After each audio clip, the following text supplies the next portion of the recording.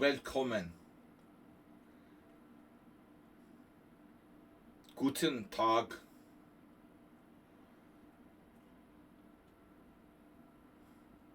Mr. Slowhand.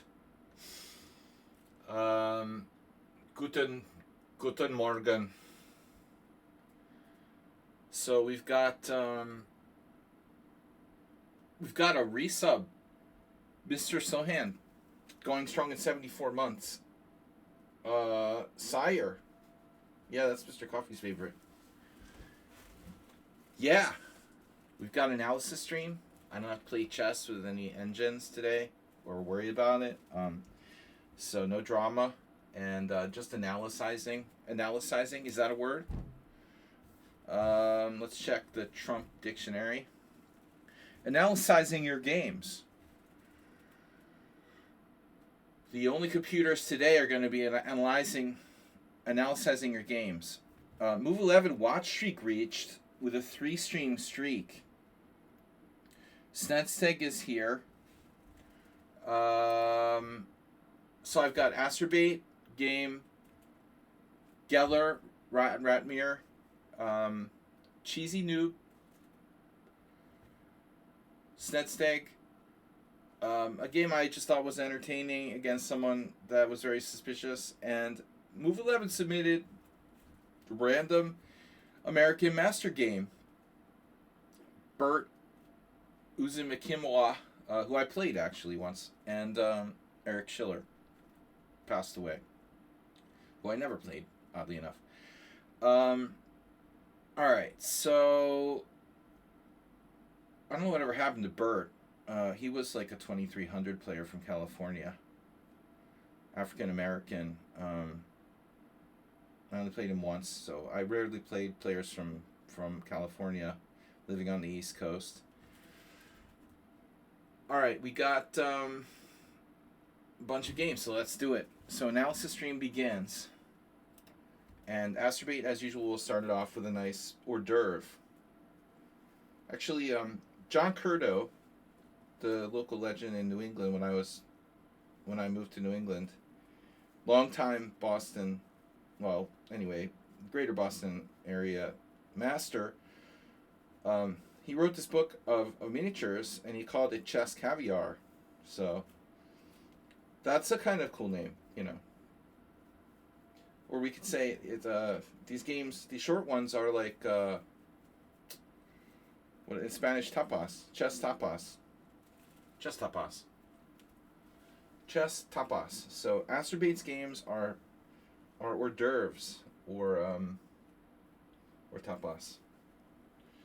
So tapas is not literally hors d'oeuvres, but anyway, kind of the same principle. You serve tapas with beer in the cerveceria or jamoneria. All right, anyway, guys, let's start with Asterbait, Mr. Slowhand, auto mod. Okay, allow. I automatically allow. So, what's up in the hype train department? Mr. Slow has resubscribed for tier 1 for 74 months. And there we go. We're going to start from there. So thanks, Mr. Slow, getting us on the board for the week with a sub. Chess Heber had very generously donated 1 bit the other day. I just want to point that out. Very generous of you. So this is Kanan against Asterbait. Asterbait is black. I haven't seen this game yet, so a little hors d'oeuvre. Oh, Asterbait was black in the Smith-Morra. That's what you're talking about. Okay. E4, C5, Knight F3. Aha. Knight C6. D4, C takes D4, Knight takes D4. And now, so it's a delayed or deferred Smith Gambit. Deferred Smith Gambit in honor of Ken Smith. Mad NPC. Oh no, Mad NPC is submitting a real game of some sort. Oh no. Some kind. Oh no. Gonna make my head explode. Real games. Oh. Move 11 at least kept it to the national master level. FIDE master level. Alright, copy. I don't know if those guys were FIDE masters or not. Add a chapter, paste. Burt was pretty good. Schiller might have been an FM. Alright, so let's go. I don't know, though. Alright, anyway. Any submissions are going to be delayed till after the Astrobate hors d'oeuvre. Astrobate is black against the dreaded Smith Sicilian. Deferred. Knight c6, d4, takes, c3. You know, what's interesting about this move order is I don't know if it's accurate. What else can black do? Okay, knight f6 transposes back into a c3 Sicilian. If you play knight f6, white plays e5. It's a transposition. You could play d5, which is another kind of like anti-Sicilian line.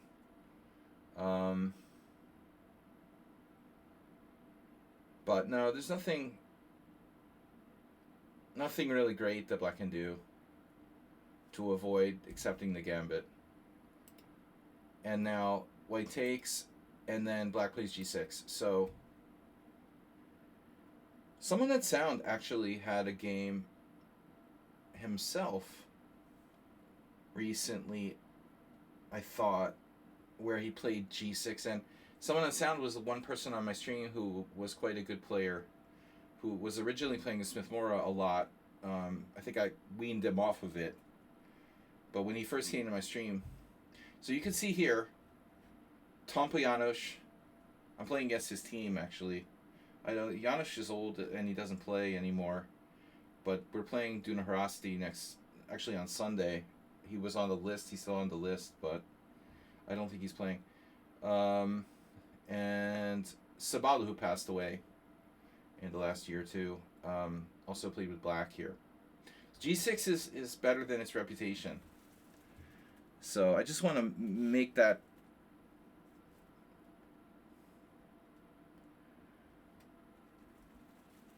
Pub Howell, Thurston Howell III.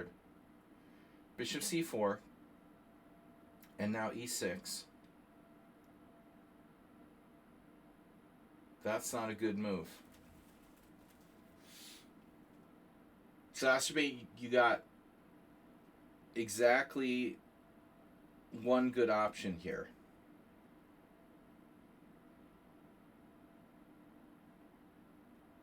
It looks like d6 is playable,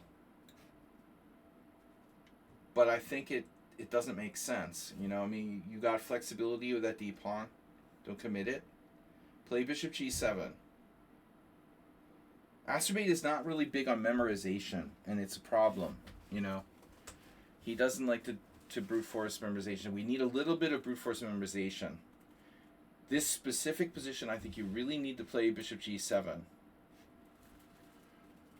When e5 is overrated, and white's options are really e5, castles are h3.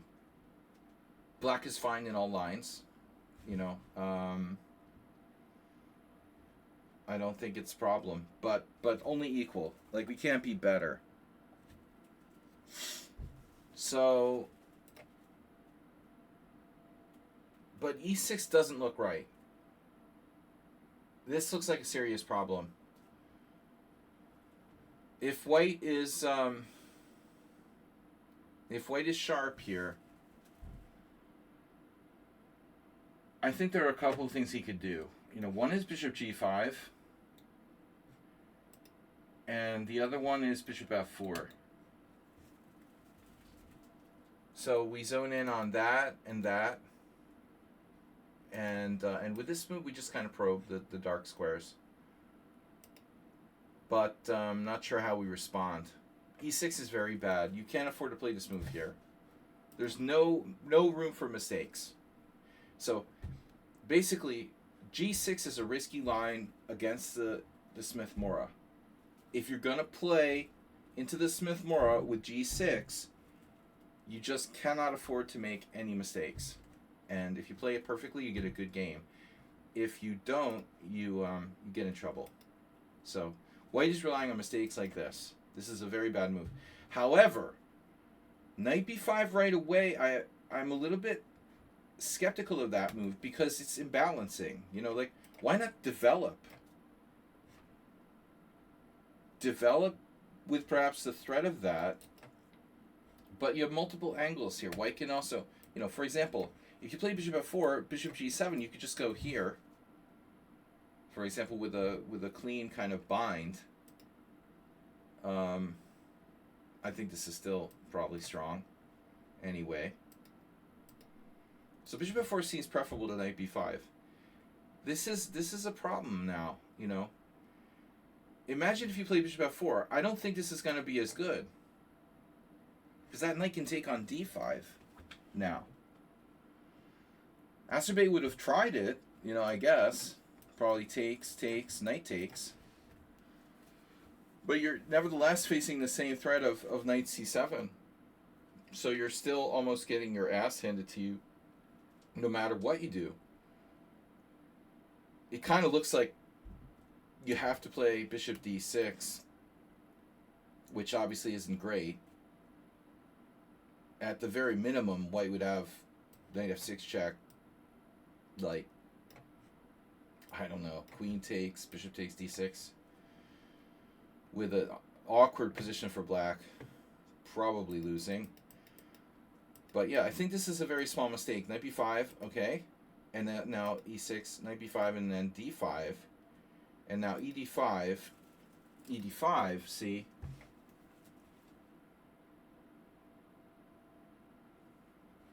Bishop f4. Over halfway there. 63 out of 125 sub points.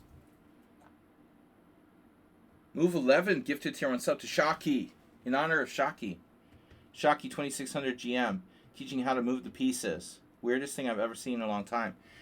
I guess he's learning how to be a streamer, so he's doing like streaming for noobs. I don't know, man. He just wants easy money, I guess. You know? Maybe he's lazy. He's a lazy super GM. E takes d5. And now what about bishop f4? You know, you have this move like check at some point to give your king a flight square. So for example, takes, knight check, king f8. That might be a useful inclusion. You're likely to end up in a situation where you're down the exchange, say like this, where maybe you're not lost. I mean, you have a pawn for the exchange and a bishop, like a pawn and a bishop for the exchange. It's not that easy. So let's see what happened. I'm going to guess that white is overconfident. Plays bishop takes d5. So that's not as scary. You know, bishop takes d5 is not that scary. What's he threatening? What's white threatening? Bishop f4 was scarier. So what are you menacing, white here? No immediate threat. There's no bishop takes f7. There's no knight c7. So black has a lot of options. You know, you could play a lot of things, obviously. Knight f6 gets pinned by bishop g5.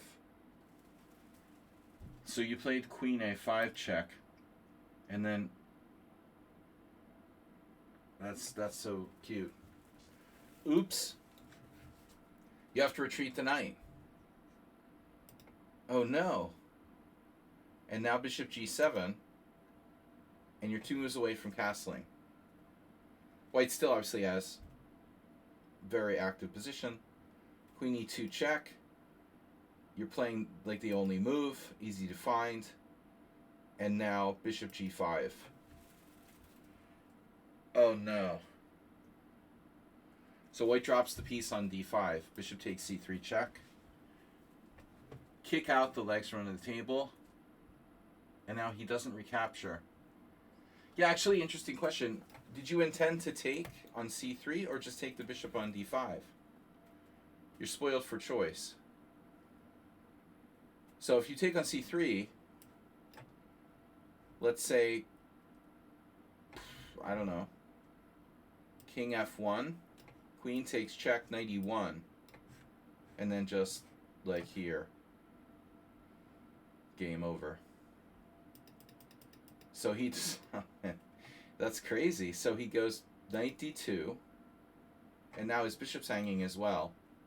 Bishop d2 check, bishop d2, queen d5 castles. And so you're 2 pieces up, 2 knights up. But Asturbate is relentless. He's not satisfied with like castling and being two knights up. He relentlessly pursues the opponent here. Knight d4. I don't think it's necessary. Queen d1. And then a really cute move, bishop h3. Show him who's boss, Asturbate. My general advice is to consolidate your 2 extra pieces in castle. But this is very funny. Okay. Bishop h3, f3 only move. And now what? Now you went back. And I don't think you really achieved too much there. You know, f3 is kind of a constructive move for white. But nevertheless, your advantage is too big. Castles, bishop c3, knight ef5. He can, you know, he can think about g4, but he'll weaken f3. Yep. So rook e4, and now queen c5. That's not going to cut it. You really ought to protect your knight. All right, so you're going to give one of the pieces back. He doesn't take it. That's kind of crazy. He has to take this back. And if you take with the rook, you go rook d8. So in order to win the piece, he'd have to trade queens. Maybe his best bet would be, yeah, that's a problem. He didn't want to trade pieces, so king h1, and now rook d8. Wow. g4, knight h4. You give a piece back here. Well, Asturbate sacrificed even more back.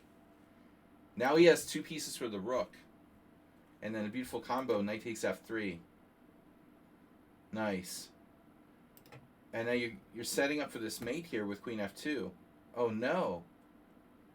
Oh no. You can't. But you could. But you can't. You know, it's funny, if queen f2... Yeah, he just takes to the rook. Alright, so you had to do this first. And now you're threatening queen f2. Oh no. Rook takes f3. You can't play it. So he played rook d8. I love that. Wow, I love that. But I am skeptical. Call me skeptical. Black is still probably winning. You know? 1 pawn up, safe king. Stylish. Stylish. Can you pile up?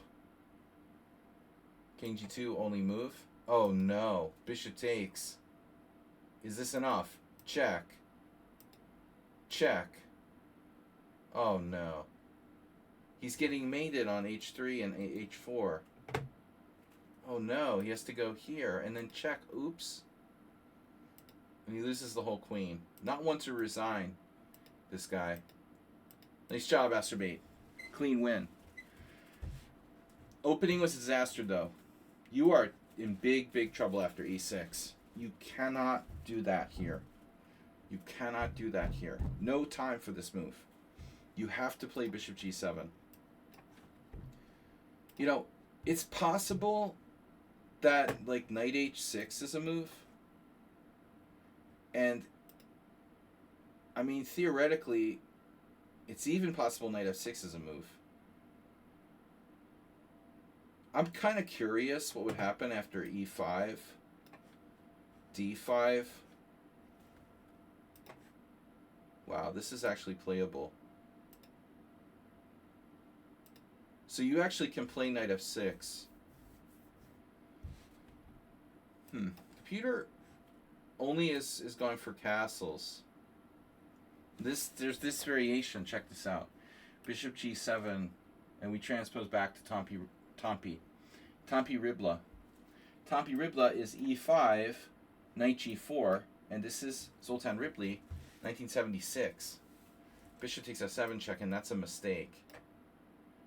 So Tompa, he gave up all of his advantage and went on to lose by cashing in for this bishop takes f7 check. The engine says rook e1 is better, sacking a pawn. So this puts the kibosh on the Ribley variation. 95, 95, 95. And you've got a rook e5. Wow. So this is the point, apparently. And then queen d5. And now we go for a walk. Queen takes f7 check. King d7. Bishop g5. And there's only like one person in the world who knows this. But he'll never get to play it in his life. Alright, anyway. Good game, Masturbate. Very interesting stuff. We're going to go on to Mr. Slow. The legendary, but not VIP, by choice. He prefers wealth to fame. Mr. Slow has gifted... Did you gift another one? You gifted another one to Gypsy9999. Gypsy just sent me an email. He's developing a chess platform. I have to check it out. I haven't gotten back to him. But he's donated as well to the stream before. Seems like a good guy. So that's a good solid donation from Mr. Slow. We're going to take a look at another Yefim Geller game. Let me flip the board here. This is Geller against Ratmir Holmov. Wow. So there's Gypsy now. Gypsy gifting 5 gift subs. Just talking about you. So, Mr. Slow with the 5... Gypsy with the 5 gift subs in response to Mr. Slow's 1 gift sub to Gypsy. So we just keep multiplying. This is great. You guys just keep doing that, you know. You do 5, I'll do 10, you do 20. So thank you both for your support. Yefim Geller with white against Holmov. So knight f3. Yeah, interestingly, this game was played in 1957.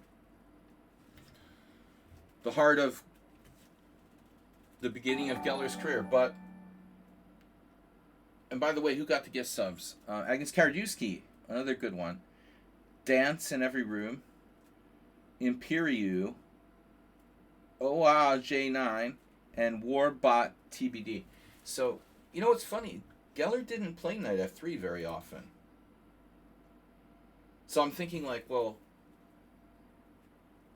he must know Holmov. He's not allowing him to play e4, e5. It almost seems like a mind game. So Holmov can play e4, e5, or Holmov can play the Sicilian. But like the interesting question would be, what would Geller have done if Holmov had played? Well, Geller also played d4, so maybe he would have gone into a Slav. But you know, Geller was a great King's Indian aficionado. He doesn't often open with knight f3, and specifically does it against Holmov. And I don't know which tournament this was, but you're thinking, well, would he play like a King's Indian in reverse? You know, but probably he's famous for this gambit in the Slav. You know, d5, d4, c6, c4, knight f6, knight c3. D takes C and E4. I mean, that's the Geller gambit. But I mean, frankly, well, that would be surprising, but it's possible, yeah. I guess 1957. You know, I saw Holmov in Moscow in 2004 for the only time, because he'd never really traveled outside of the Soviet Union in his old age. Legendary Grandmaster. He was playing in Aeroflot B in 2004 when I was there, and I tell the story of a lot of people. My friend at the time, Grandmaster Anakuli Babakov, Babakuli Anakov, I'm losing my mind. I really do have dementia. Babakuli Anakov was like, okay, not an easy name to say. A's and B's. Babakuli underestimated him and lost against Holmov, and Holmov was like on his last legs. He was literally like over 80 when Babakuli, who was a strong player, lost against him. I was really shocked, you know. But just goes to show you that you can't take the old people lightly, and I've learned that lesson many times myself. Don't take light players. Yeah, see, I have dementia. I didn't eat dinner. Don't play with old people. All right. Anyway, so here we go. Yeah, knight f3, c5, e4, and so we tricked Holmov into playing the Sicilian. I mean, Holmov was legendary for his e4, e5. I thought, you know, the black side of the closed Lopez. Well, I mean, for sure these guys played each other many games, so I guess he was just bored. He was bored with playing against Holmov's black side of the Roy Lopez. So, knight f3, c5, something more interesting. And Holmov plays the O'Kelly, of all things. Oh, he's the one who played bishop e6? Okay. I thought that was attributed to someone else. That's interesting that you mentioned that. That's very interesting. I really thought that was attributed to someone else. Now, in these days, I don't know what the status was with the O'Kelly. You know, O'Kelly had probably played the O'Kelly around this time. They call it the O'Kelly, but who knows, you know? I mean, maybe it was even experimented with other players even before Barack O'Kelly, the Belgian Grandmaster. But we know today that c3 and c4 are White's best moves. I kind of like would think maybe Geller would play like knight c3 or something, just kind of feeling him out. I don't know. I guess in 1957 it wasn't widely accepted that d4 wasn't the best. And so he plays it anyway. C takes d4. Smith Gambit aficionados, anyone? Yeah. Had enough of that for today. Knight takes d4. And now, here's an interesting point. Just want to stop to look out for a second. Black typically plays knight f6, attacking the e4 pawn. White responds with knight c3, and then black plays e5. One lesser variation would be for black to play e5 like right away. So I just wanted to see if anyone actually does this. And the problem is, what is the problem? Because knight f5 walks right into d5. White doesn't have enough control of both of those squares. You can't go to b5, you can't go to f5. So after e5, white knight has to retreat. And the interesting thing is that, you know, this is relatively passive. This is very passive, right? So the only move that looks promising for white is actually knight f3. And that's not a threat to take the pawn with knight takes c5. So how bad is this really for white? For black, I mean. I'm having trouble. I mean, I think my dementia is kicking in. But, alright. So knight f6, and now what's white's best move? So this is kind of a mystery to me. Maybe it's not so simple. Bishop c4. So it's like a sub variation of the O'Kelly, where white gets a very small advantage. But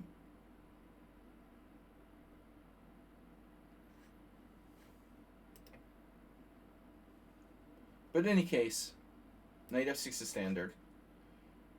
And I do remember, I think I remember this game, seeing this game now in the book, because I've studied maybe half the games in the Geller book.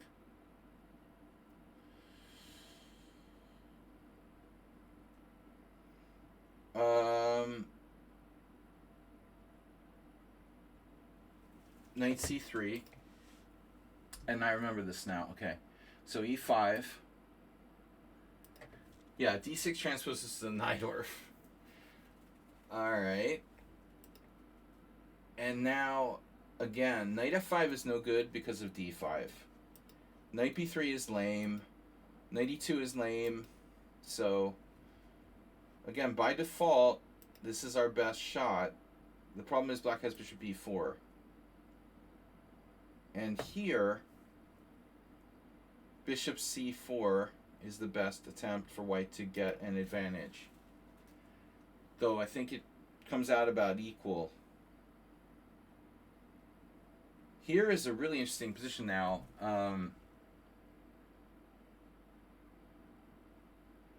If black attempts to take the pawn at e4, first question, can you attempt to take this pawn at e4? Second question, what if black just voluntarily does a Nimzo thing and doubles the pawns? How bad is that? Is the problem here d6, bishop a3, and there's no good way to defend this pawn? Maybe. Still not clear. Knight takes e4. So my first question here, of a few. After bishop c4, how bad is this? No one's played it. It turns out it's not so bad. Needs more analysis. B takes c. And then the question is, what's the follow-up? If d6, bishop a3 is really strong. Because of knight takes e4, queen d5,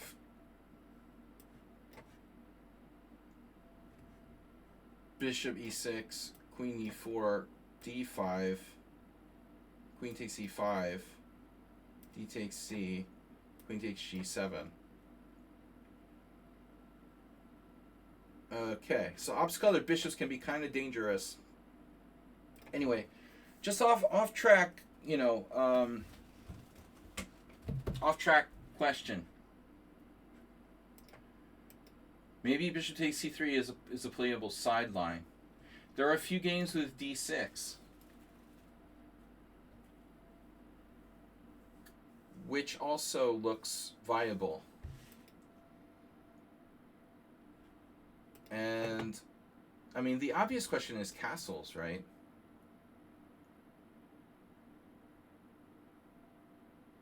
So castle, bishop takes c3. This is a game from 2020. And now queen c7. Another Nimzo / 4 knights type position, which looks like it's maybe not that bad for black. I don't think that Geller would play this line in the modern era with white. But the game, what happens is very interesting. Okay, queen c7. So this move is aggressive and feels a little bit risky for black. Rather than play like a fundamental move, i.e. castling, black attacks here, defends the e5 pawn. But the problem is white has queen d3, and this protects everything.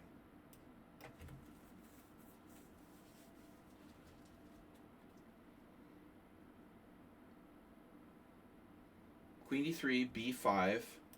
This didn't happen in the game. Bishop b3. And now what? Chom. It's totally equal, according to the engine. I'm not sure bishop b3 is better, but maybe it takes some of the sting out of b5. So Agapov Rapport was played, same position, d6, and now castles, bishop takes e3, b takes c. So you got this Nimzo Indian vibe. Black has a couple pawns on dark squares in the center, and those pawns are solid as long as they stay on the board and they're keeping control of the dark squares. where we don't have a dark square bishop, so it's very important that this bishop, this monster bishop that's unopposed, the Jolly Joker, stays in its containment tank for black, you know. And I think that the next move by Holmov is incredibly optimistic.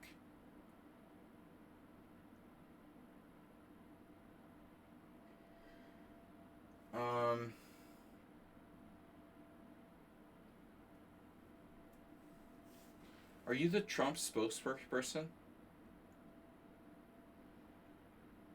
You're that fat, obnoxious Trump spokesperson that calls people piggy? No, you're not going to do this on analysis stream.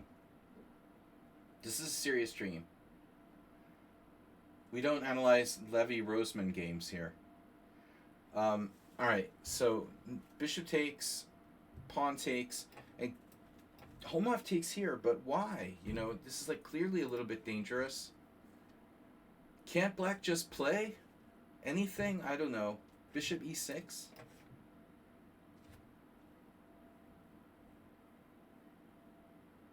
Bishop e6. I like black structure. I mean, bishop... The only thing is, like, yeah, we're going to have to go here. That's not good. All right, so this may be a problem. Specifically, bishop e6 is no good. So you can play knight on bd7. Check it out. Agapov Rapport. Rapport with black. And he won after the lame knight to d2. No surprise there. Knight g5 forces castles. Was played in another game. And white went, you know, postal with f4. Now that's interesting, at least. White has a little bit of fighting spirit here. But, you know, I think you get the point. Black is very solid. And Holmov decides to go off script and take this pawn. Against a very strong player. You know, bad idea. So this is where things get really vicious. Holmov was essentially greedy. He's like, I'm going to just take your central pawn, Mr. Geller. Maybe that wasn't a good idea. Bishop a3. This is a fantastic game. Double timeout.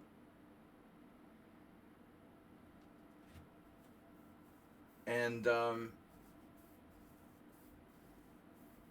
you know, black's plan is using the knight as a blocker. It's like a human shield.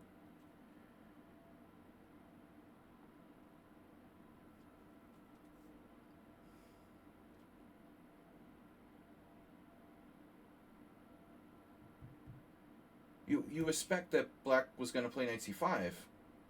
Well, why didn't he? Why didn't he play knight c5 here? Someone played it and drew. Okay. Now this is my second major surprise of this game. It's like watching a movie you watched a long time ago and then watching again. I saw this game like a couple years ago, but I don't remember exactly. So... And I looked at it from maybe the other perspective. I can't remember. I might have played through it from the black side. That often phases me, you know, seeing the game from the other side. What's up, Mr. Coffee? Blockers aren't real. Beta blockers. Yeah, knight c5 looks very logical. I don't see any tactics. But this move, another provocation. I remember one thing, though. Why is black's king still in the center? Wait, is this the Sicilian? Dude, Holmov was really optimistic, man. First he played the Sicilian. Then he played the O'Kelly. Then he, like, took the pawn on e4. And now when he can still consolidate with a reasonable move, like castles or knight c5, he does this. He's like tripling down on over the top here against a very strong player. Not a good idea. And so this is where things start to come apart.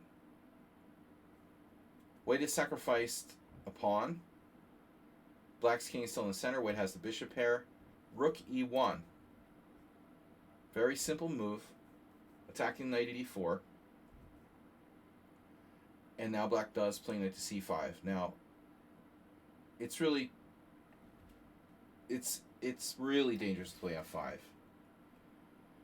I don't think we need a brain surgeon to figure that out. If f5, this square is particularly weak, and black will never castle kingside, etc., etc. So what can black do reasonably? Knight f6 leaves this, so that's gone. So now he has to play this. And I guess this is where Holmob must have miscalculated.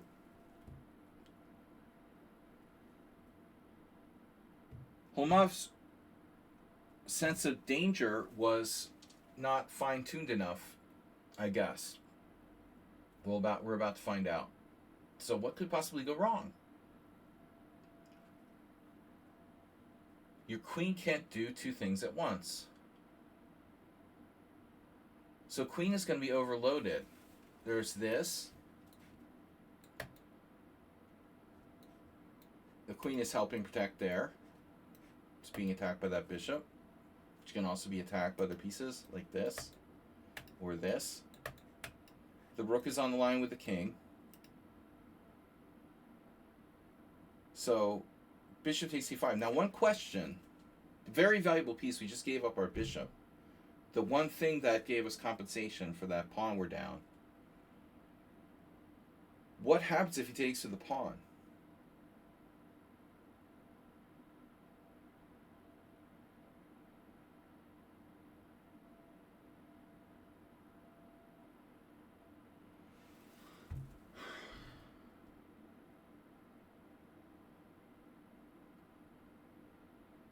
I'm going to need to see your license for that, officer.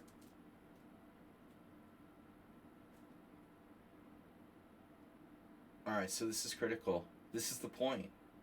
This is the thing that Holmob missed. Maybe. One of the things that Holmob probably missed. Bishop takes f7 check, no? See, you could sit there and say, oh, no, look, you can't do rook takes c5 because if queen takes c5, knight takes c5, bishop takes d1.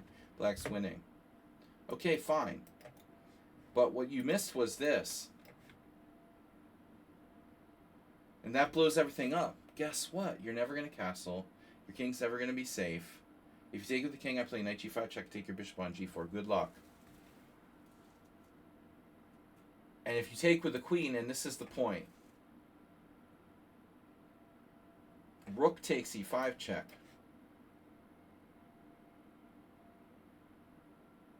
And finito la commedia. Black can't play king f8. Can't lose the queen for nothing. It's over. Got some meetings to take care of. So that's why we play this and decide to keep these pawns intact. We're going to allow the bishop takes f7 tactic. Note, Geller never let his opponent castle. Bishop takes f7 check. And here's where, Holmob realizes after king takes, knight g5 check, he's in a lot of trouble and objectively lost. No matter where you go. No matter where black goes. Don't pick any square. It doesn't really matter. I mean, he's just going to come under attack by all the white pieces. So he decides, wisely to play this. It's a good practical decision, That gives him a chance to stay alive. At this point, we're back to even material. But white has a huge initiative. Pawn structure doesn't matter that much with the queens on the board, and white's king and black's king trapped in the center of the board. Pawn structure would matter if black could trade queens or get his king to a safe position. So the fact that white has double pawns here doesn't matter that much. Dynamic factors: rook b1, threatening rook takes b7, and then I can't remember if the following is a mistake, but you got to give Holmov. You know, he was a circus performer in his spare time. b6. You know, this rook can also enter the game like that, much like Bob does tantric yoga. But yeah, okay, a cute way to try to defend b7. And there's nothing exciting right away for white here. Tantric Slav. Bishop d5. Threatening to take a pawn. And securing this here. Centralizing. Good control of the center. Very fundamental. Rook f8. And now, hello. I got out of the pin. I defended my pawn at c3. I have access to that weak square, winning a piece. So at this point, black has to have serious conversation about, first of all, the sacrifice knight takes e5. That wasn't possible till now, because we're unpinned. And now this piece is active, this is active, this is active, this is active, this is coming in the game with rook b4. You know, say Holmov does like h6 or something. I think there's a strong chance the sacrifice might be playable. But if not, you know, we have just simply building up rook b4, rook c4, attacking the bishop, lots of stuff. So he goes here, trades it off. And then, of course, we're all expecting bishop takes, which is fine. White's better if you play that. You know, interesting question, though. Just, like, very seriously, if you were to play bishop takes and Holmov were to sack the exchange with rook takes f3, giving you these, like, bookends here, I mean, I love the structure. I wonder if practically speaking, maybe this would be a very hard, how hard would this be to crack? And white still has f4. That looks kind of scary. Something to think about.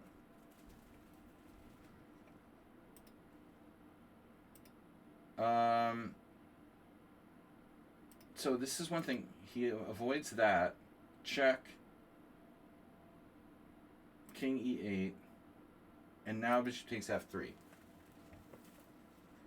Now black could sack the exchange here. Right?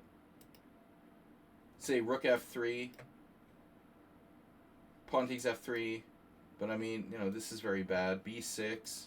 Queen h5 check. Black can't really protect all the pawns, so it's not enough. He can't afford to give up the exchange.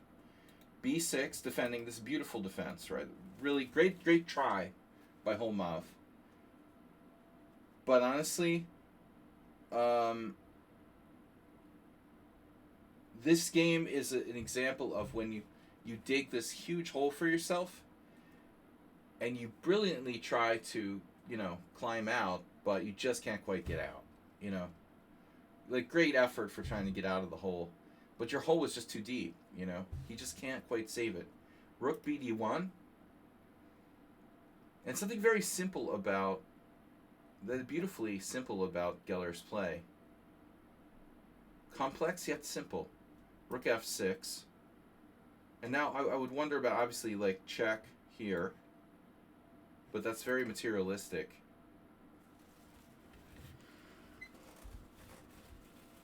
Still, I mean, most players would mess this up against a strong player and probably, like, draw or even lose. This check, black just moves the king. No problem. This check, we just go g6. Everything's protected. Notice that river guarding rook there. Very useful. And I like his Nefyadov would be maybe the inspiration for this game, by the way.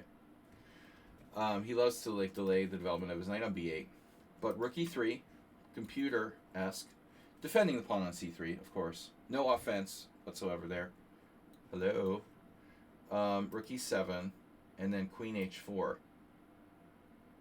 So we're hitting the pawn, h6, and now there's more weaknesses on the light squares.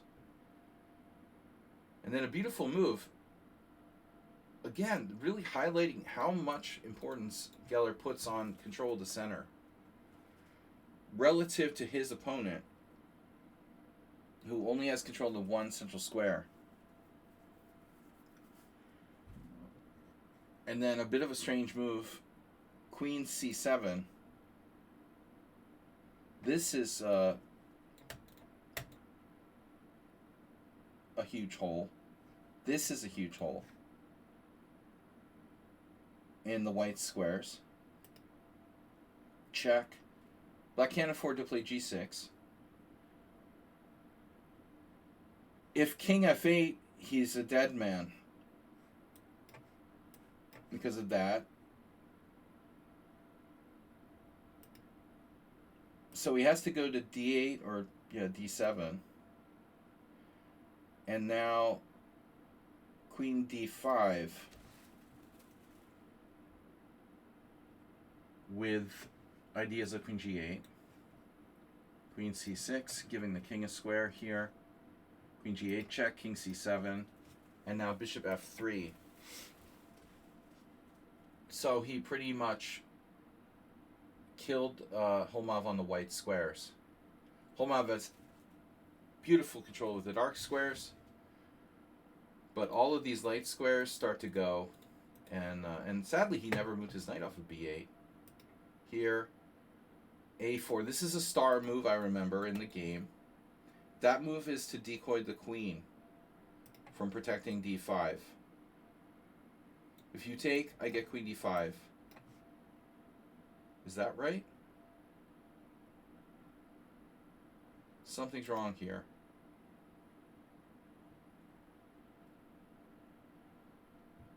Queen takes a4. No, it's rook e4. My bad. It was rook e4.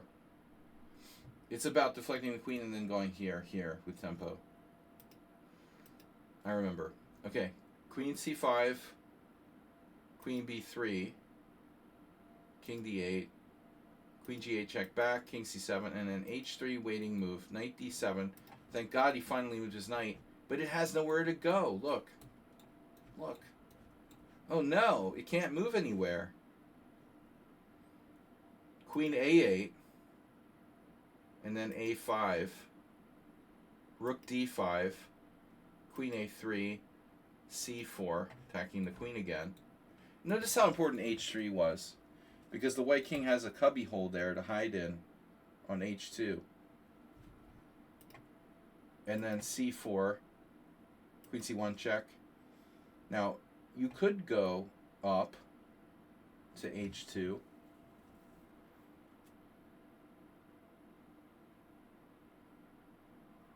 I'm not certain that there's anything wrong with that move, but this is with tempo. And yeah, I mean this clears some checks here.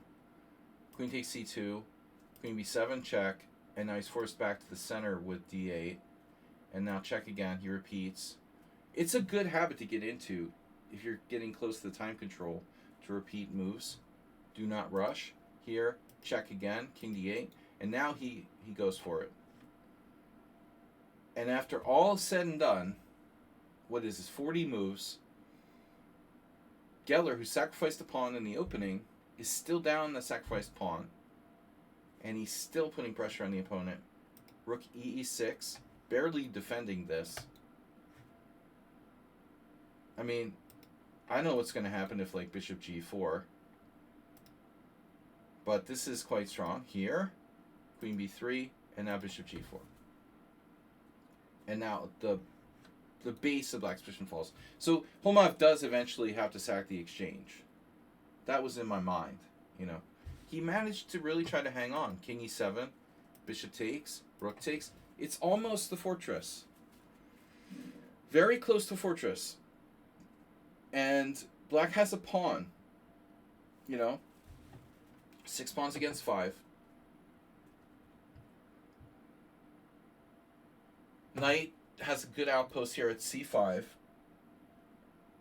But there's a problem. The heart of your position, really. This heart of the position.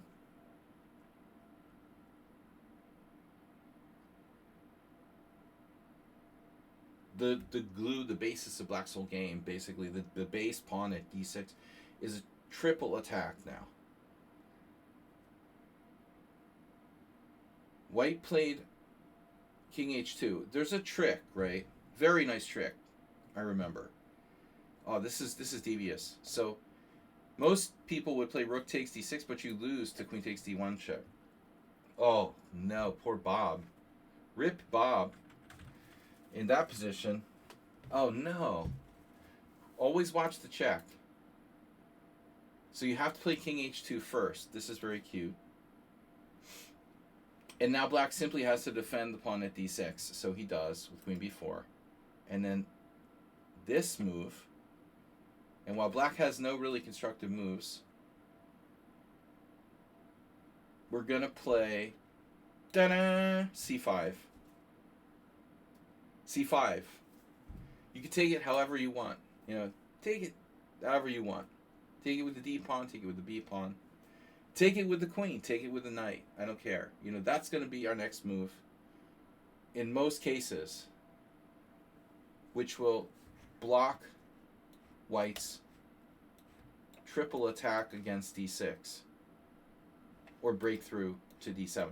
So what else could black do? You know, the only other thing he can do is like knight f6, and that will lose to rook b5, and we just simply crush through here, or crash if you prefer. So it's over. Rook d5, black can't defend. And then black played g5, and I didn't understand. Yeah, I guess I didn't understand now in retrospect why maybe c5 doesn't work here.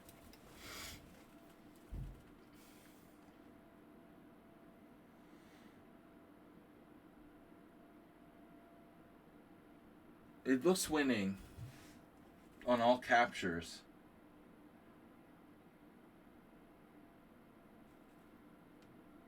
Time scramble. So queen f4 check, king g1, like e4 could defend this pawn, but then white would be winning anyway. So it was a time scramble. Black resigned after queen c7. But I think it turns out that queen c7 is fine, and we're still threatening c5. It doesn't hurt to, you know, throw in the move queen c7. But I want to see if c5 would win as well. Yeah. Yeah, I mean, white, in fact, black is kind of just in Zugzwang. But this is the most forcing move. So black would probably take with a knight, allow the capture here, and somehow try to survive. But it's not enough. All right, good game. Yeah, I remember bits and pieces of it. Thanks, Mr. Slow. Mr. Slow's the best. He sends us quality chess games that are thematic, and we enjoy going over. All right, guys. Thanks for the 5 gift subs from Gypsy. We've got a bunch more games. Cheesy Noob was the first person to send in a game today, and he rarely sends in any games. Rotmir. Yeah, that's a great name, isn't it? Rotmir. Rotmir. I guess it's spelled with an X in Cyrillic. Like Hra. D4. This is cheesy against somebody. And I don't know the circumstances of this game. Cheesy Noob You can tell he's white because the game goes d4, d6, knight f3, c6, and he plays c3. So this is the cheesy noob attack. With usually some sort of early bishop to g5. Black plays knight f6, and now bishop g5. And, you know, if I were black here, I would... Well, I don't know what I would do. I suppose knight e4 is interesting. You can obviously play knight on bd7. You could even play g6. Black, this is a little more adventurous. Okay. So bishop h4 is Robert Bellin. Bishop h4 looks good. And Cheesy Noob didn't play that because he doesn't like bishops. He wants to give his opponent the maximum opportunities to take his bishop. It's interesting that in that game, black played queen b6. And you don't have the option to play bishop c1. But Cheesy Noob with the novelty h4, which is not that crazy. I mean, it is played in some lines of the Trumpowski. I think it discourages g6 to some degree. But you could take and play g6.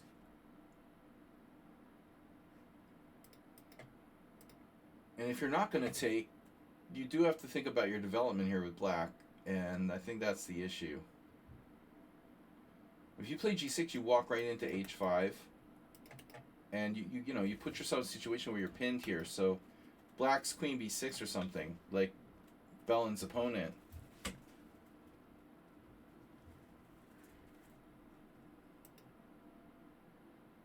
h4, and this move looks kind of weird. I mean, in tandem with this h-pawn, bishop f5.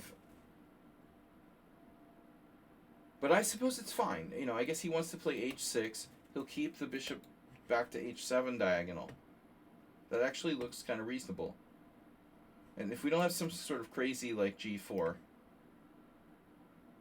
e8 time. What is the idea of analysis time? Both. Subscriber games and interesting games. But analysis is the key to improving in chess. Not watching grandmasters do mate in one, as Shaki pointed out. Bishop f5 looks good. Okay, knight on bd2. And now, Masturbate, I told you not to play queen c7.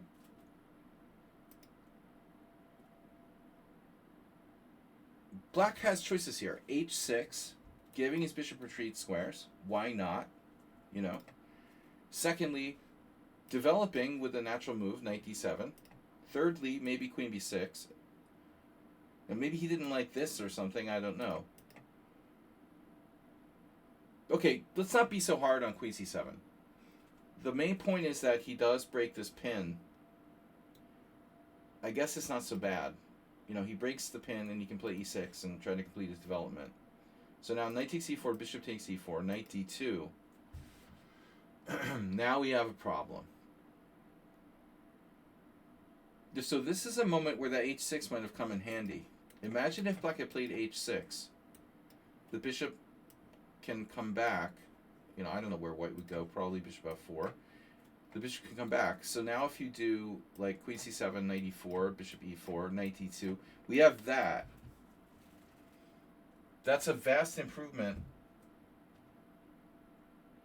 Seems like a vast improvement. The bishop's going to get trapped or attacked a lot of times by this advanced h-pawn. Yeah, so he's kind of created a perfect storm for Cheesy Noob. e4, and now you can't even go to g6 because of h5, winning a piece. This looks possible, but very ugly. You know, if h6, pawn takes f5, pawn takes g5, okay, maybe. Maybe h6 worth trying.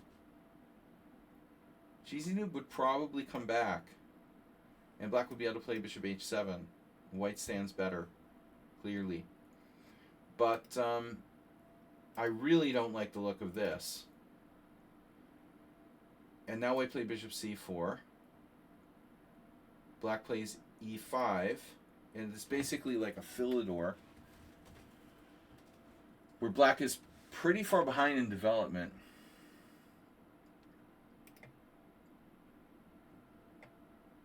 I mean, I don't like the bishop ending up on c8. That was bad. And now e5.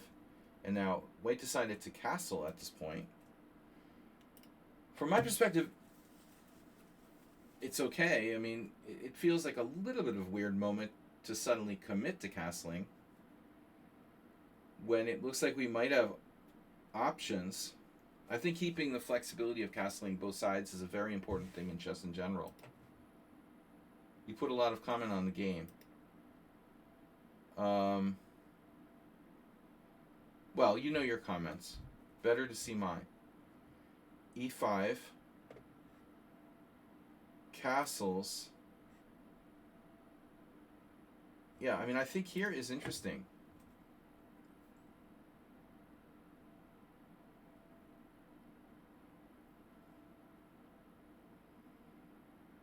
Maybe you should wait, and play either queen f3 or queen e2.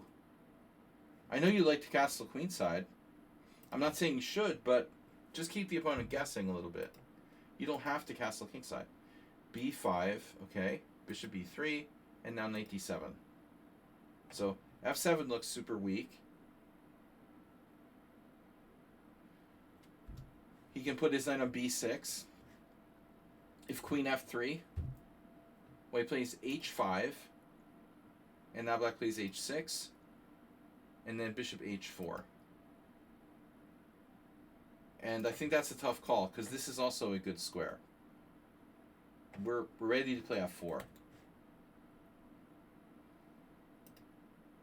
So this is a really important decision for white.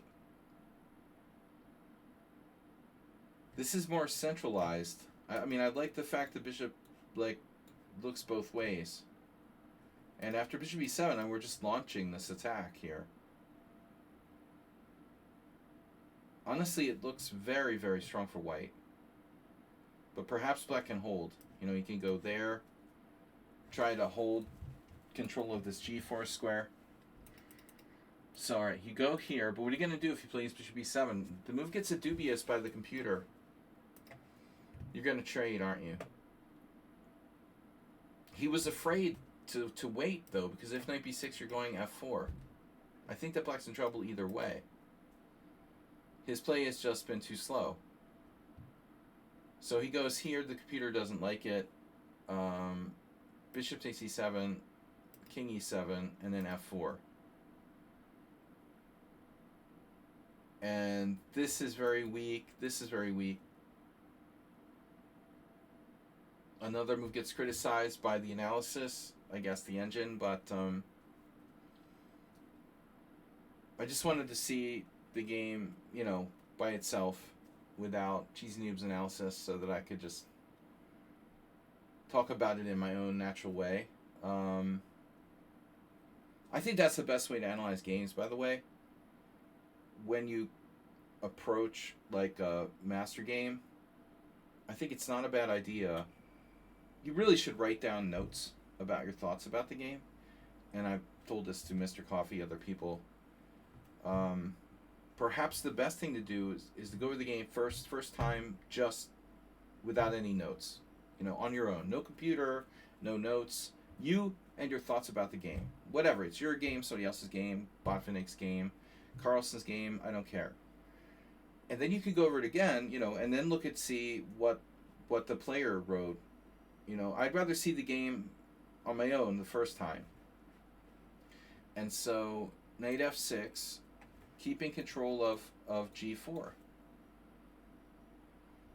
So fe5, opening up the f file, the e5, and black is hanging on. He's holding control of e5. He's blocked white from f7, but it's in the same way that Holmov lost.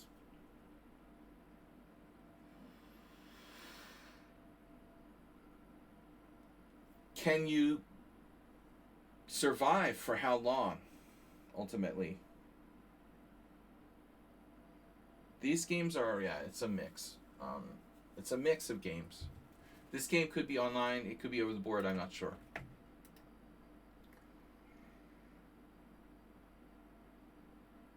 But it looks to me like e5 is going to fall.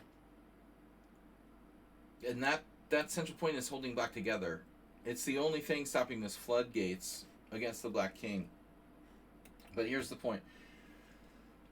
If white is able to play knight f3, we're going to take over e5. Another idea for white is like queen e1. We have this. We have this with that pin. Now there could be problems with knight takes h5. I mean, obviously a very dangerous move. But nevertheless, that could be an issue. So this is staying protected. My problem is, yeah, the following. So on bishop g4, do we have Geller? The question on everybody's mind is, it's so similar to the Geller in a weird kind of way. Like bishop takes f7, that doesn't work, does it? King takes, knight takes e5 check, queen takes e5. Dude, pawn takes e5, bishop takes d1, rook takes d1. Oh no! This actually works. Bishop takes f7. It doesn't work. Okay. Ask a stupid question, get a stupid answer. So we just interpose. Bishop takes f3. Alright.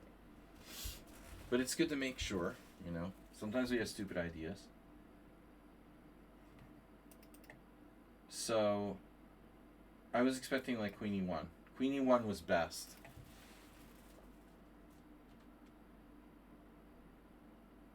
So what happens on queen e1? He's going to take. Maintaining control over e5. We take with the rook. h5 pawn is hanging. But you can't take it because of the pressure on the file. So white maintains like lasting pressure. And there's this. This is very nasty. She's a very nasty reporter. Khashoggi was a very nasty... He was very, very controversial.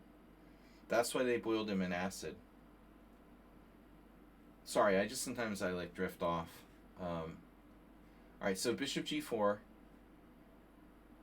He was a very nasty piggy. Yeah, this queen e1 is very strong. I'm surprised Cheesy didn't find that. This is a radical, anti-positional attempt to refute Black's game tactically. Brute force. Ugly, but effective, maybe. So there's two issues. Yeah, I mean, the first one is like this check. The second one is he can take here.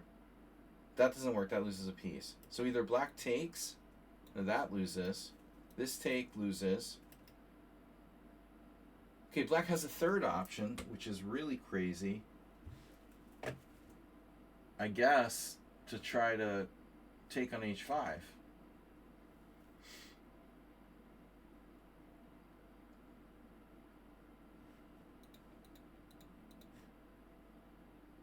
You guys hear somewhere along the line the center? I'm a big believer in the center in my old age. The more I play chess, the more I really understand finally how important the center is. Concrete center, again, you know, is extremely strong. White controls all four central squares. It's almost like there was a grenade dropped by white in the middle of the board and black's pieces were like scattered away from the center. You know? Look at the central presence here. Where are the black pieces in the center of the board? Oh, there are none. That's right. You're out on h5. You got blown away. Yeah, I mean, knight g5, there's no check. The black king on a dark square, it's not easy to attack since we don't have a dark square bishop. You know, you could play queen d6 check, but the last thing we want is like an end game, because end games lead to simplification, and I think that this is very likely completely okay for black. Black even has a better pawn structure. So it's tricky to attack black on the dark squares. And I think it's one of the reasons why queen e1 was a good move. Queen e1 was largely about dark squares. It was a much more patient move. So takes, queen b6 check, king h1. And so now, why king h1? By the way, we have to consider king h2. Because that big fat check on g3. Now he has it under control. And then he takes e4 and then queen e1. So that's about the dark squares. Very thematic. We're threatening to win a piece with queen h4 check. Black finally takes. And now, if you take with the rook, black has a super blockader. The knight on g5, irremovable. That's what he did.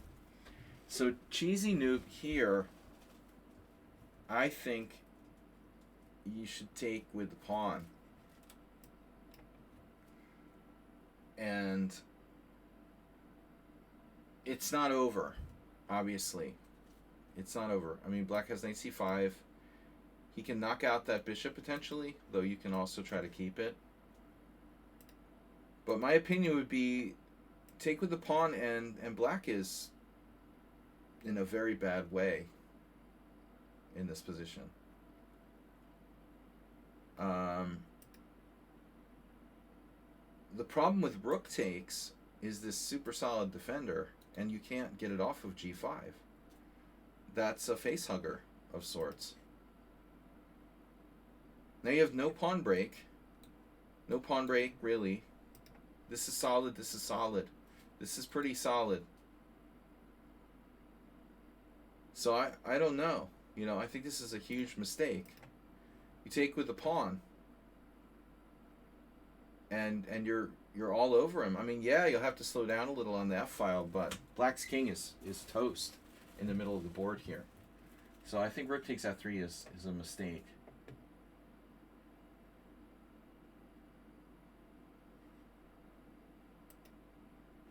We're not going to be able to easily, are we going to be able to easily quadruple attack f7? Perhaps. Oh, this is a neat move. That's a very neat move, queen h4.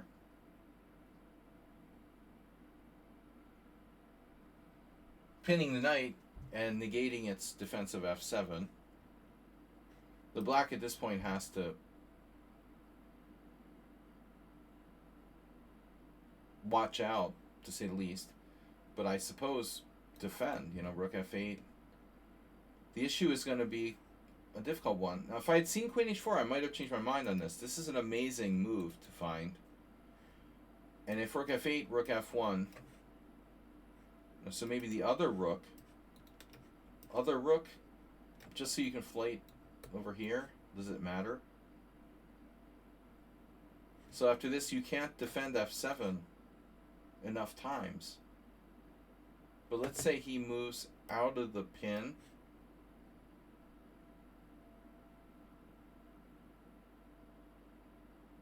Not so easy, e6 check. So it looks like this queen h4 really turns it around. And white maintains a huge advantage. King e8. Now we need to start looking for knockout blows. Rook f7, knight f7, rook f1.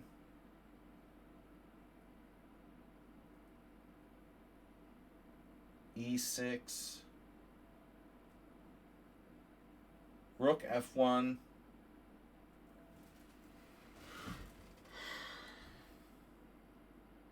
So apparently there is some kind of tactical shot. Bishop f7, knight f7. This is very hard to see. Very hard to see. Like grandmasters would miss this in the World Cup. You can't blame yourself for missing that. But what about this? Just piling up. Giving up the exchange, here. You get Aronian versus Aronyak. Gauche. This is winning. This is winning. I think that's a much more viable line.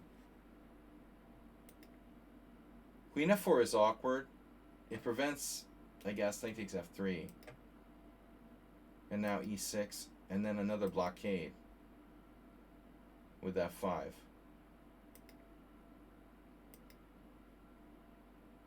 Very strong game by white. Too much now.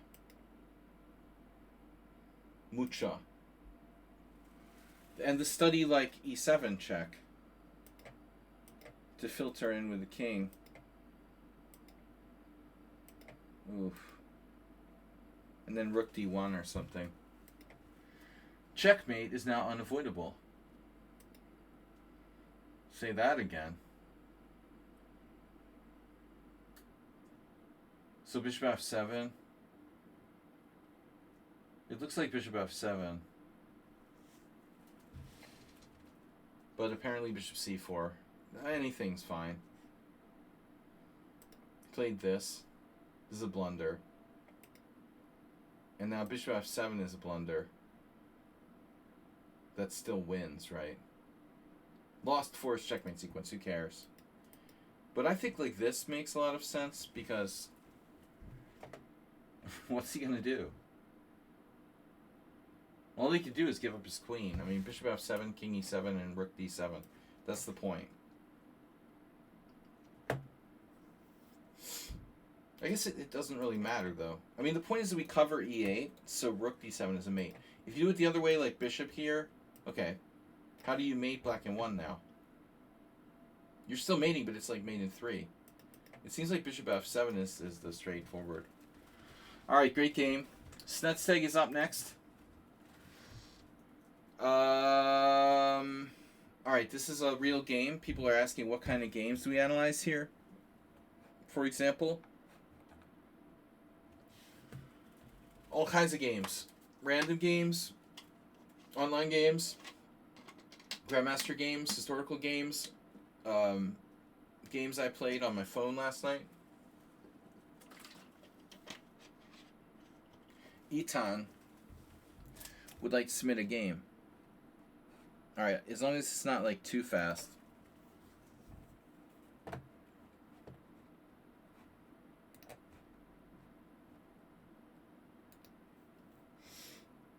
Very well. We'll get to that last. Alright, so we got Snedsteg up next. This is an OTB game.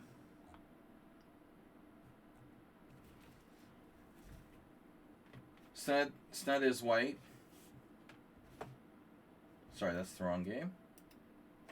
Sned is white against Jakobsson. E4. D4. Knight c3. And, sadly your opponent didn't play the Kraken. But hopefully you would be prepared for that. So he plays, and I think that the Kraken is better. He plays the Pribble, or check defense. And now f4 is main line. Critical acid test. Queen a5. And now knight f3 is main line. It's also possible to play e5. I never played this, but it has to be good, alternatively. Somewhere... Oh, I said knight f3, I'm sorry. Yeah, we can't play knight f3. The pawn's hanging. We have to play that next. So, bishop d3 is normal. And now, oddly enough, I lost to Alexander Ivanov once in a rapid game 60 or something in this position. This is main line. But somewhere recently, I had a game where someone played that against me. And it's actually a move. It's probably not good. I played queen d2. But it's interesting and funky. Alright, so you played main line, he played e5, you played knight f3, and basically keeping the tension is, as usual, keeping the tension is usually the right thing to do for both sides. So black normally plays knight on bd7 here, or bishop g4. But your opponent plays a third move that I am not really familiar with. They play pawn takes pawn. Now, fundamentally, this seems like a concession. But if we look at the opening explorer, it's been played by grandmasters, and no one really super high level. But it's notable that Bokarov, kind of average grandmaster, has a record with this line of scoring quite well, which is slightly disturbing, you know. So what's the idea? It's a kind of Philidor where black's queen is out on a5. Maybe this is underrated. So knight takes d4 and g6. So I had not run into this in my own play. g6.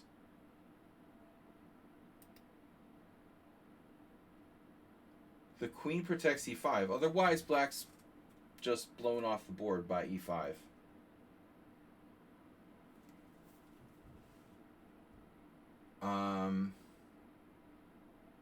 One question before we continue. Does black have to play g6? And the answer is no, not necessarily. Like, this is some sort of weird, tricky move played by Varuzhin. I have a Hungarian friend who's a database pirate, and he's like an idiot, but he ends up like collecting databases and like selling them and stuff. And he builds like databases about specific openings and tries to send them and sell them to people. And he told me this story a couple years ago that he was trying to do a database on this opening, the Czech defense, and he was like trying to find like who's an expert on it, you know, and there aren't really many experts on it, but he tried to contact Barusha Nakobian, who lives in the States, and he was just telling me how, you know, the guy was kind of standoffish and not really interested. But anyways, just a weird side story. You know, g6 feels like, yeah, that's great, but it might be asking too much of the position. So this queen b6 looks interesting, and then bishop e7 playing it like an exchange Philidor. This is played by no good players, so that's concerning. With queen b6, we see some good players, so there's got to be a basis for this. Really, to be honest, though, it's only Varuzhin. Not enough. So it's a sideline. It's a tricky sideline. It's probably not good. g6, and now you played queen e2.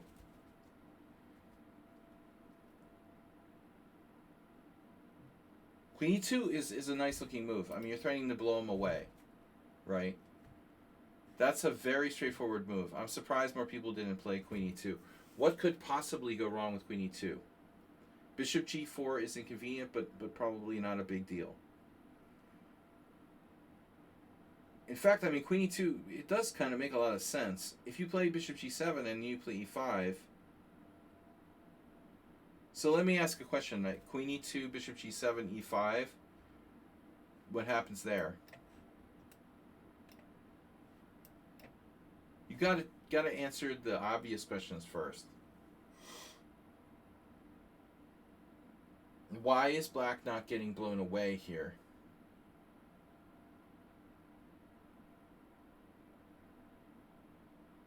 Right? Right? Because it certainly looks pretty close to getting blown away. That's as close as you get to being blown away without being blown away. Bishop g4 is very nice, but I still don't see... Ah, we have this. Yeah, I missed that. Oh, that's so annoying. Shit. Yeah. Okay, so yeah, you'd have to play. If e5, you still have one try, right? You can come back. Let's not give up on it yet.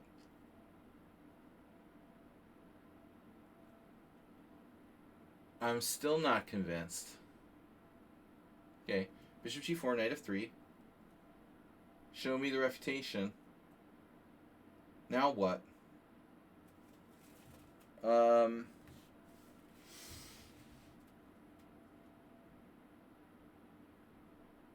Castles? No. So knight d5. Well, yeah, I mean, the point is you have pawn takes pawn check. Then he does some crazy shit like move the king, and he threatens to skewer you on the e line. And he's triple attacking c3.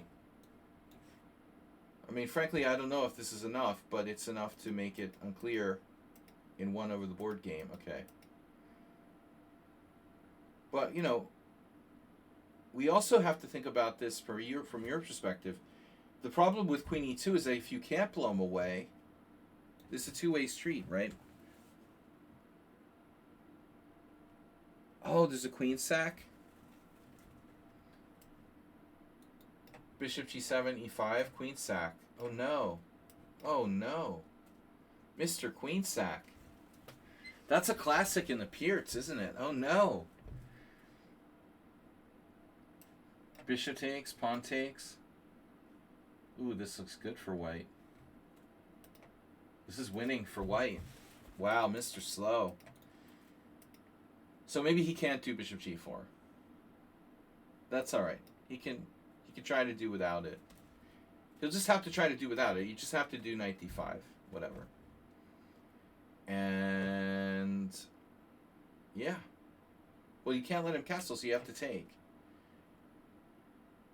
And now that thing is coming again. So that's got to be, yeah. It looked very natural, but I think the problem is this. At the end of the day, if it's not good for you, it's good for somebody. It's good for him, because he ends up getting to turn it like against you on the backside. It's funny, isn't it? I thought it was great too, but if it doesn't work, it's going to backfire, and probably you shouldn't do it. So most people here played castles kingside. This is an interesting move, though. The only thing about bishop e3, it would potentially give you chances to still castle queenside, although I don't know if you are interested in castling queenside. There's no reason not to castle, though. The castles are the main line. Queen e2, okay, bishop g7, and now bishop d2, which is surprising. Pet Larson against Alexander Ivanov. Pet Larson. It's like Bent Larson, but it's Pet Larson. He was Larson's pet. Sometimes they do that, like cut off people's names, so it's Peter Larson. But that's funny. Pet Larson. Bet Larson would be better. If you were Bet Larson, you'd be really close to Bent Larson. Like one letter away. This guy's 2 letters away. Pet Larson. You see, I told you guys Ivanov played this crap. He did it against me. Yeah, he's degenerated. Trying to beat weaker players, he plays kind of crappy stuff. Yeah, but what's the deal with bishop d2? It's not a bad move. Alright. Knight takes e4, no problem. Queen h5. Oh no. So, okay. Queen h5 is for wimps. Dude, I'm not playing the freaking Pribble and then playing for queen trade when things are just getting interesting. But he's afraid of discoveries. Okay. Okay. Well, no. I mean, if you're afraid of discoveries, you go here, right? Then white plays knight b3. Back to square one. Probably castle. But why why does he chicken out and play queen h5? All right, now you have a choice. You can chicken out as well. You can chicken out or not chicken out. And if you don't chicken out, there's maybe not a lot of options. This is the only one, looks like. Yeah, I mean, queen f1, queen f2, queen e3, they're all weird. The only way to avoid a queen exchange here is by playing knight f3. The real question, though, before we decide to do this, I think you need to just process elimination. I want to play an exciting game, checkmate my opponent, and all that stuff. But if I can get a safe advantage in a simple endgame or something, we want to take a look at this. Black has to take with a knight. How big is white's advantage here? There's some advantage, but it's not that much. I agree. I think this is a no-brainer. You got to go knight f3. This is like offer a draw if you're going to play queen takes h5. All right, knight f3. Castles, and now you have a legitimate choice. But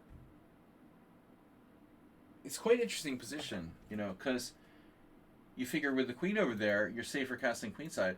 But like Roman used to do in the Accelerated Dragon, the queen would transfer over to h5, but it would get out of the way for those pawns. So he can launch his pawns at you because the queen is not blocking them anymore. With a5, b5, a4, b4, etc. So I'm not sure if you definitely want to castle queenside. It's obviously a tough call. And there's always concrete calculation involved here, of course. But you can go after him if you castle queenside. Yeah, I mean, honestly, his queen is really bad, isn't it? You're 2 moves away from sending him back to a5 or disaster. True. All right. You're going to have to watch the e-file. You're going to have to think about putting your queen on a different square.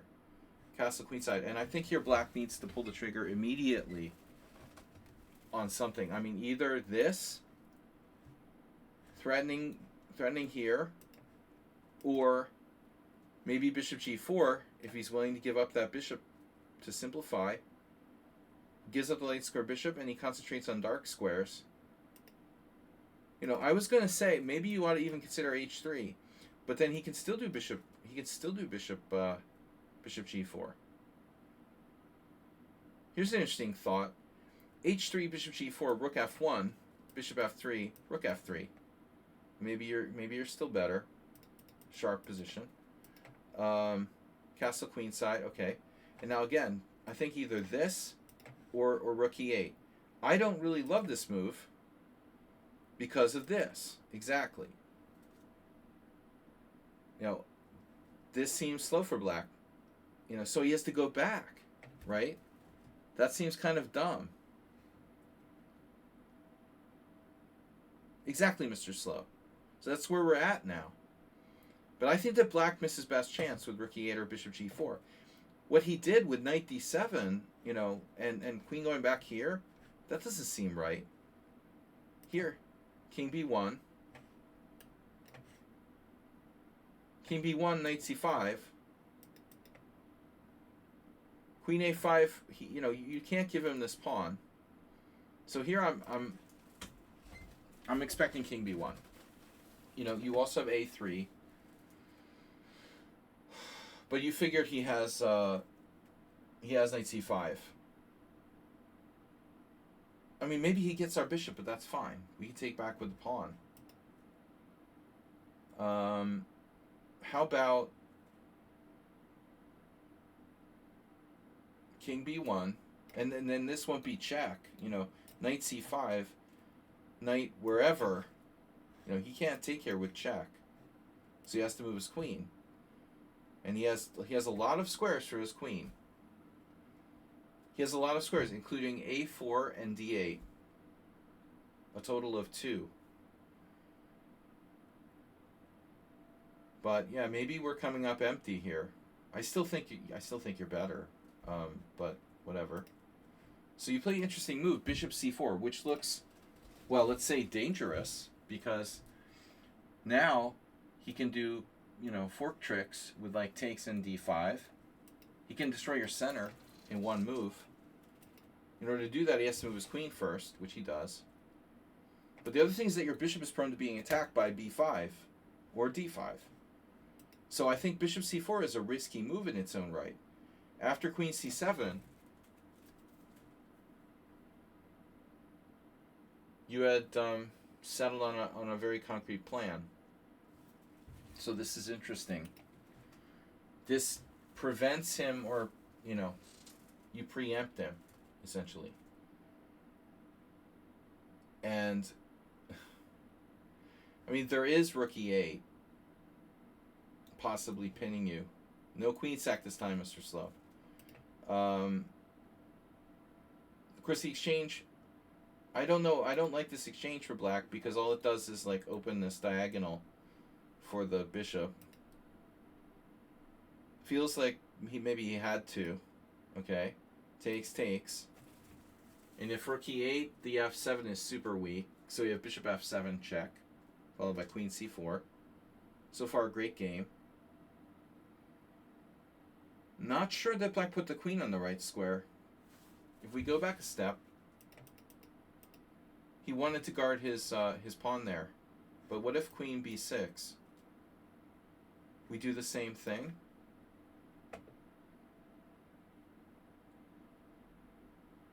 We would do the same thing, presumably. The nice thing about queen b6 is that you can attack it with like pawn takes pawn. Although you have knight a4, that's kind of a weird move. Still, this knight h5 thing is going to be maybe critical. So queen c7, e5, takes, knight h5, threatening knight g3. But white with a huge initiative here.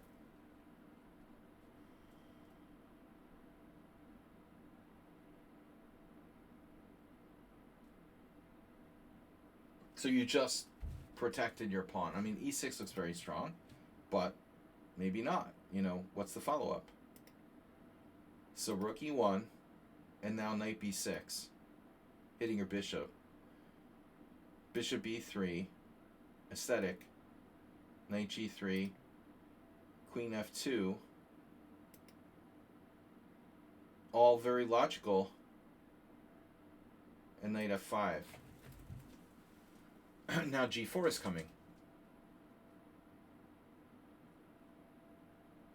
Don't know. I don't know what he could have done better. Now we got a serious problem. Knight e7, knight e4. This looks devastating. Yeah. Now these squares. So you can already, you're already like probably playing knight f6 check with queen h4. I think you're winning. You play queen h4 first. Same difference. Takes. And, yeah, I don't know. You should consider taking with the c pawn. I'm sure you did. Knight d5, and you should be getting checkmated now. Check, takes. The other way he would have lost a piece, so he has to do something now. And then queen h6. And that's cute because f6 is hanging. But a totally overwhelming position now. So he just got absolutely crushed. Knight f6 and now. I mean, obviously knight g5 is winning. But this is even more direct. And game over. So beautiful game. Beautiful game. Yeah. Something went very wrong there for black. But anyway, that's the first time I've seen that specific variation. Alright, we got a bunch more games. I don't know how much time I have for everything. I think we can skip Random Cheetah. That was a stupid game I wanted to put in there. So next is Move 11. Burt Lancaster. This is San Francisco 1997. Burt Izumakawa.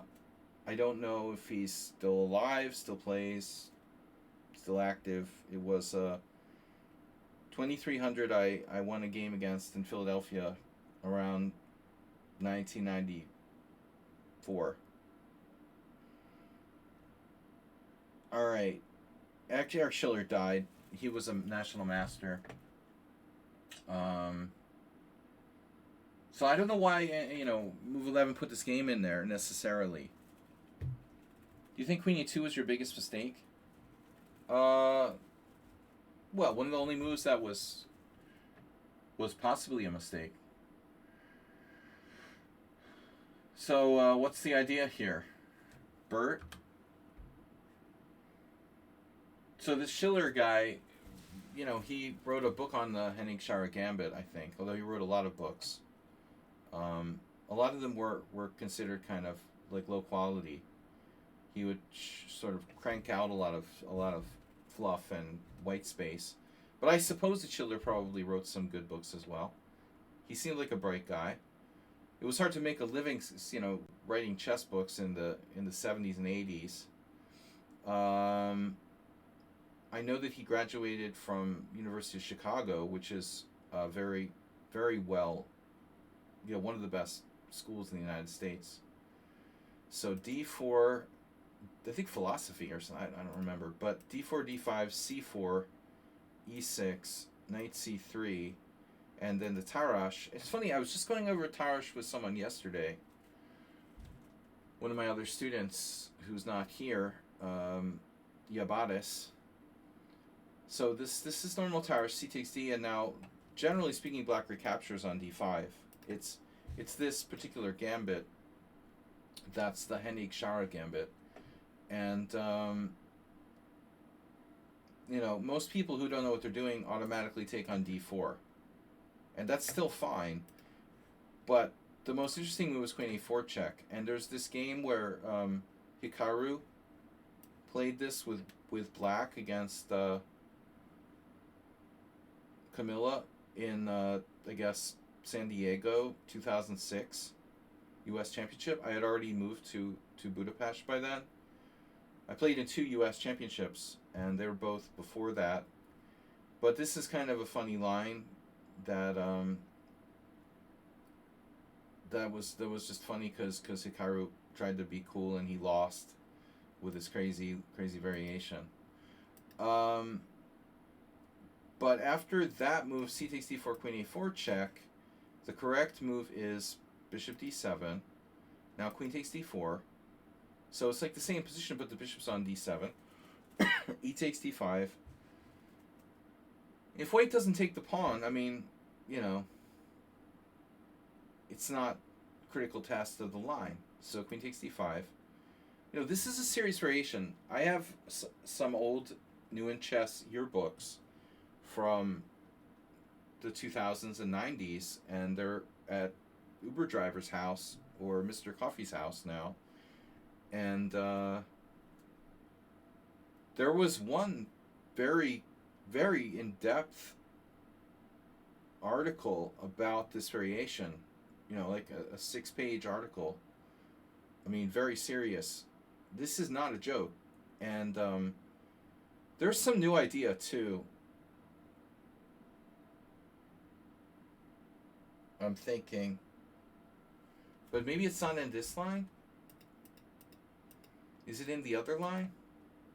After Queen takes D4?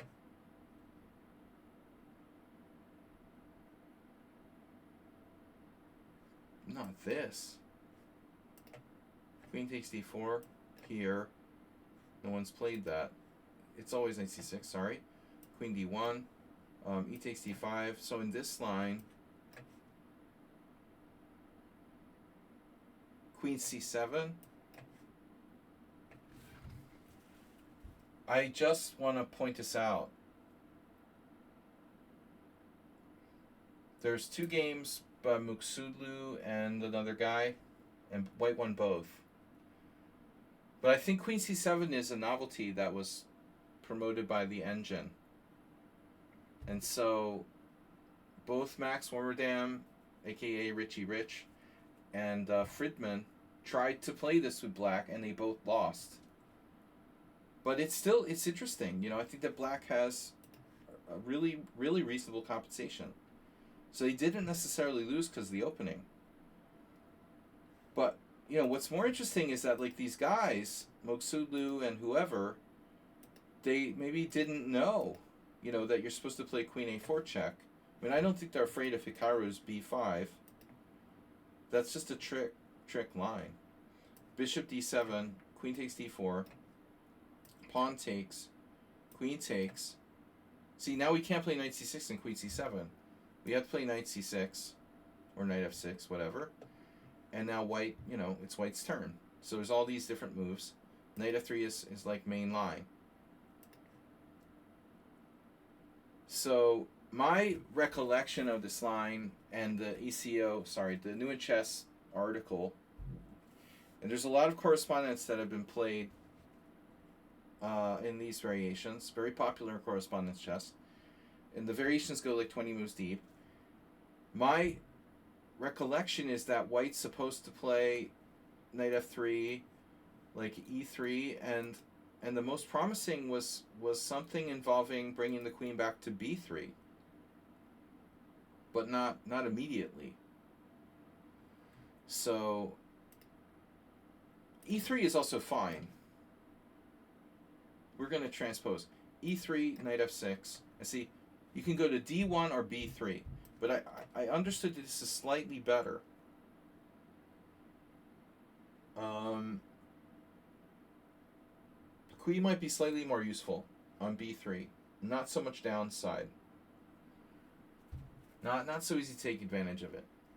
And so Karpov beat Johnny Hector. Congratulations. Good idea, Johnny. Here's Johnny. But anyway, Knight C6, Queen D1. Okay, this is going to transpose. Knight F63. So Bert's playing the quiet, you know, Queen D1. If the queen has to go to C2 at some point, it's going to transpose. Bishop C5. And Knight F3. And now castling kingside is lame. The main plan is to castle queenside. So queen here. Notice this move.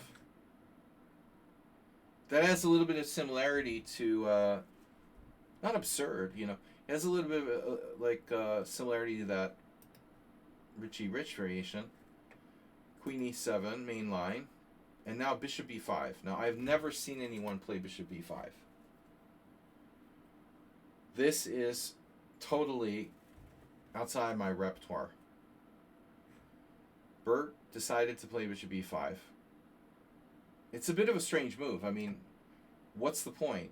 You know, you go Bishop B5. Are you going to trade your light square bishop off for a knight? Or just going to lose a tempo, or what? So White's supposed to play Bishop E2. This is just the beginning of the theory. Portish, Velimirovich, you know, the main line is something like castles, and then G5. And then I don't know. I think I looked at A3, G4, and Knight H4.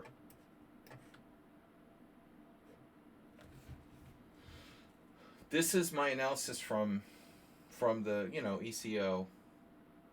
For more questions, you can ask Yunta Ikeda, because he just wrote a blog about learning from his losses on Lichess a couple days ago.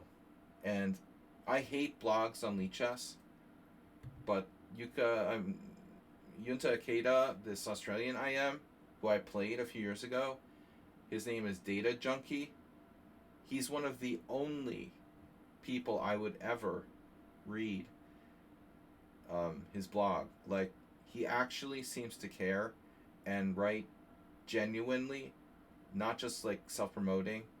I guess he's self-promoting a little bit, but the guy actually seems very, very thoughtful. So he wrote a blog the other day, but ironically, he played this crap against Manueli back in 2015. That's kind of suicide, you know. So Manueli knows a lot of theory. This is plus 0.9. Okay, anyway, that's the best I know. Bishop E5, not a normal move. And it's been played by a few people, including Chatabashev, who lost with white. Oh my god. So, castle kingside. So, maybe there's something to this Bishop E5. Is it Is it something specific about trying to prevent black from castling queenside? Why would Eric Schiller castle kingside? The plan is to castle queenside. I was just wondering, is there something with like knight a4? I mean, what the heck, you know? Queen e2. So I have no idea, man. I don't know why Move 11 sent in this game anyway. I don't know where this came from. But castle, castle. And the game didn't make the database. Rook fd8. Generally speaking, black castles queenside. So even here, because of the misplaced bishop on b5, black has compensation. And dox. So dox again. He was doxed. Bishop g4.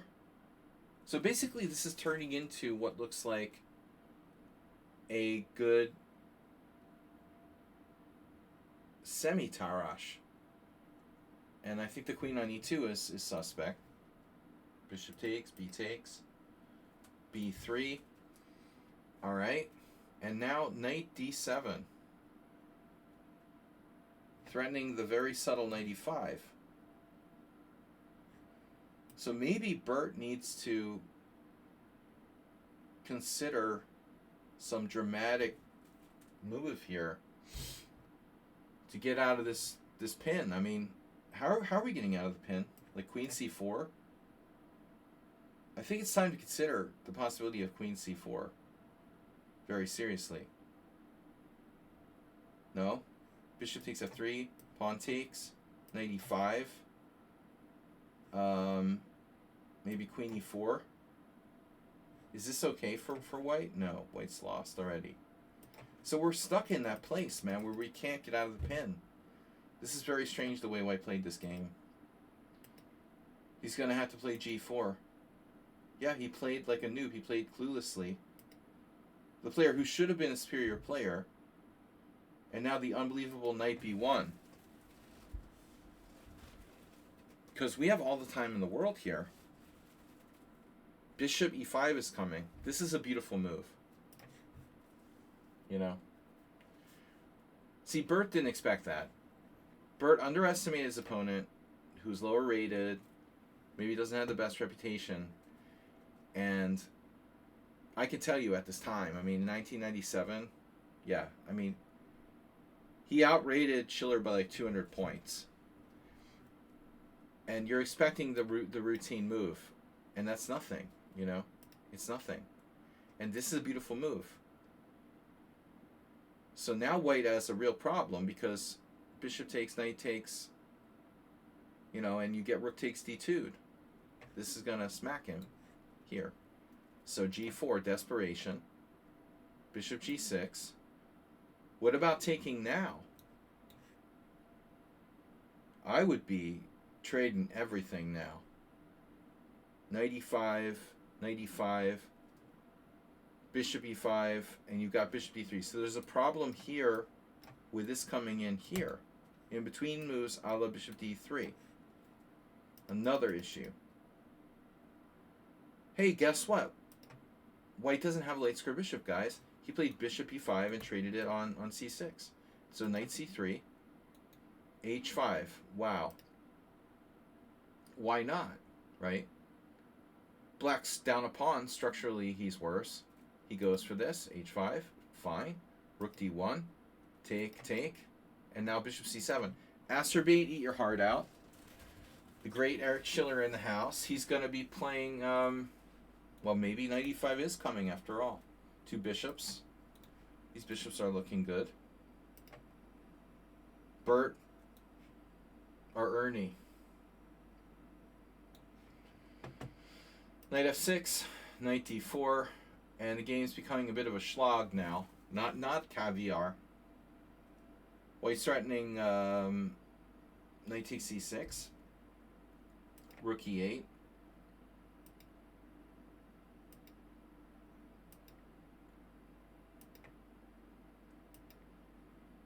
And Bert threatening mate in 1. Nice. Knight h7, knight f5. And interesting, black is losing the initiative here.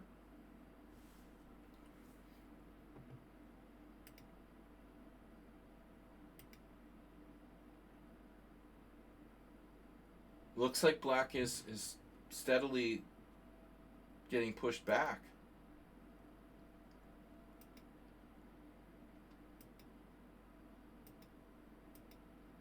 So at this point, it looks like black has lost pretty much all of his compensation. He's just down a pawn. Although he has the two bishops, this knight on f5 is worth the bishop at least. So this is kind of a random game. Knight c3, bishop takes f5, threatening bishop e4.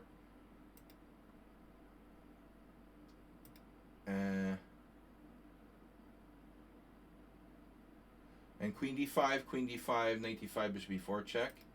That's a nice little tactic. So black wins back his pawn, his pawn. Queen e8 check, knight f8, and now it's anybody's game. You can flip a coin at this point. What's the evaluation? Yeah, 0. So move 11 with a random game submission. There was no real theme to this game. It's just a random game. Queen a6. How does Bert lose? He let that king all over him. So now Schiller has a perpetual, wins a pawn, and then trades into an endgame where he's a pawn up. Nice. That was a long schlag. Knight takes c5, knight takes c5, bishop takes c5, rook takes c5. Before, maybe we're getting to the point now of this game, I guess. The point must be the end game.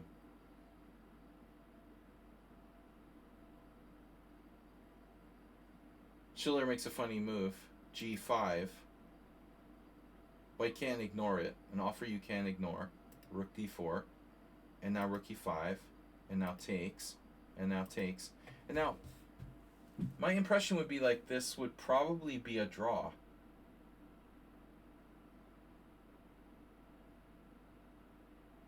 But I'm not 100% certain. A pawn doesn't really increase our winning chances tremendously. But the engine seems to think it's a win. Okay, this rook is really badly placed still, too.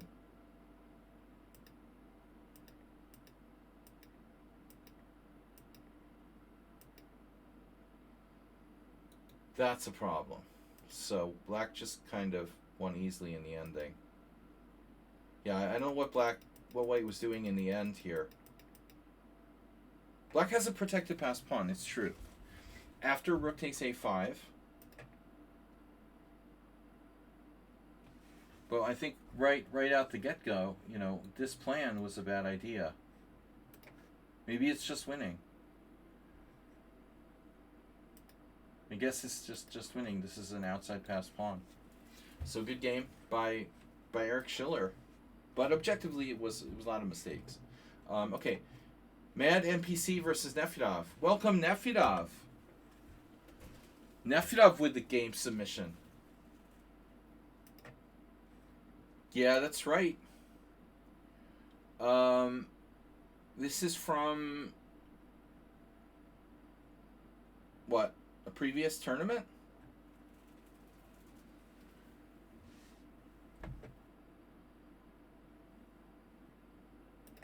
E4, E5, Nefedov's black, and it's Schliemann. And Mad NPC, who is dangerous and underrated,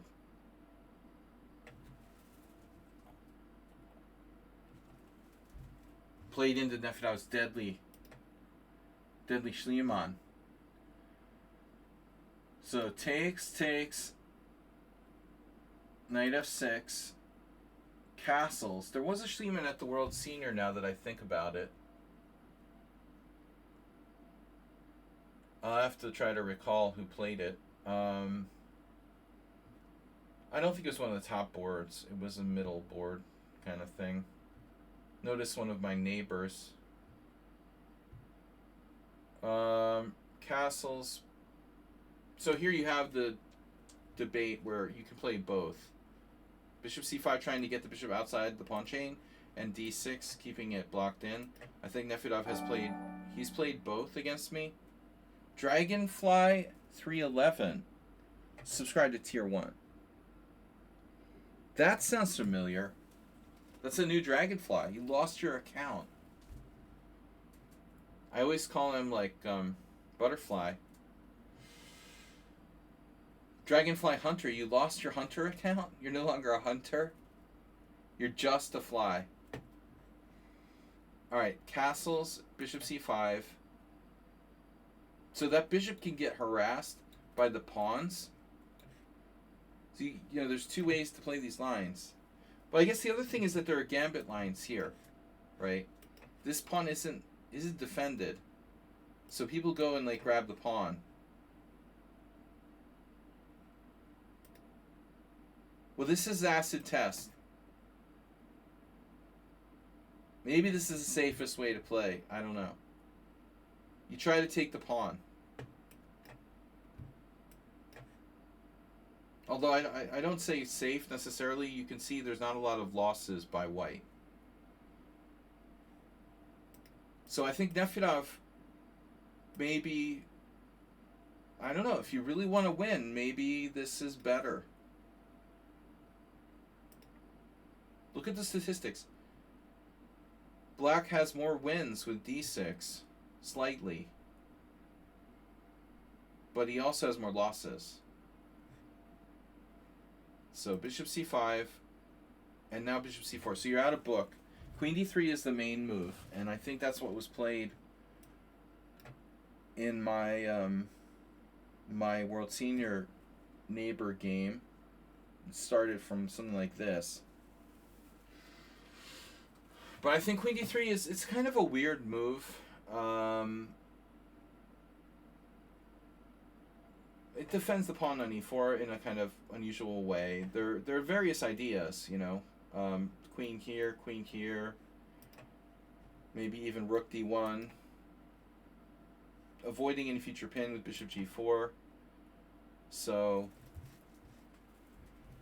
a lot of kind of sort of circumstantial reasons for playing queen d3.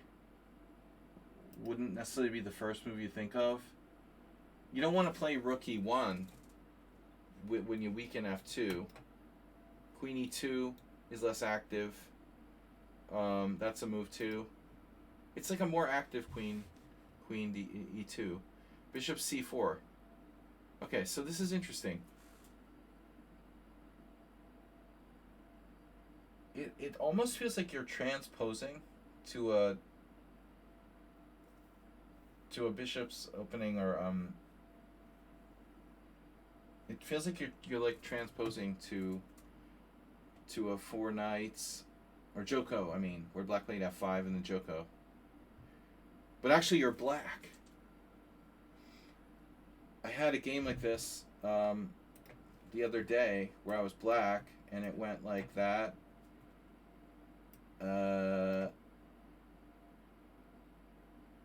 I think I played knight c6. I literally had something like this, and my opponent just did like knight c3, and I took, and we got this. I played bishop c4.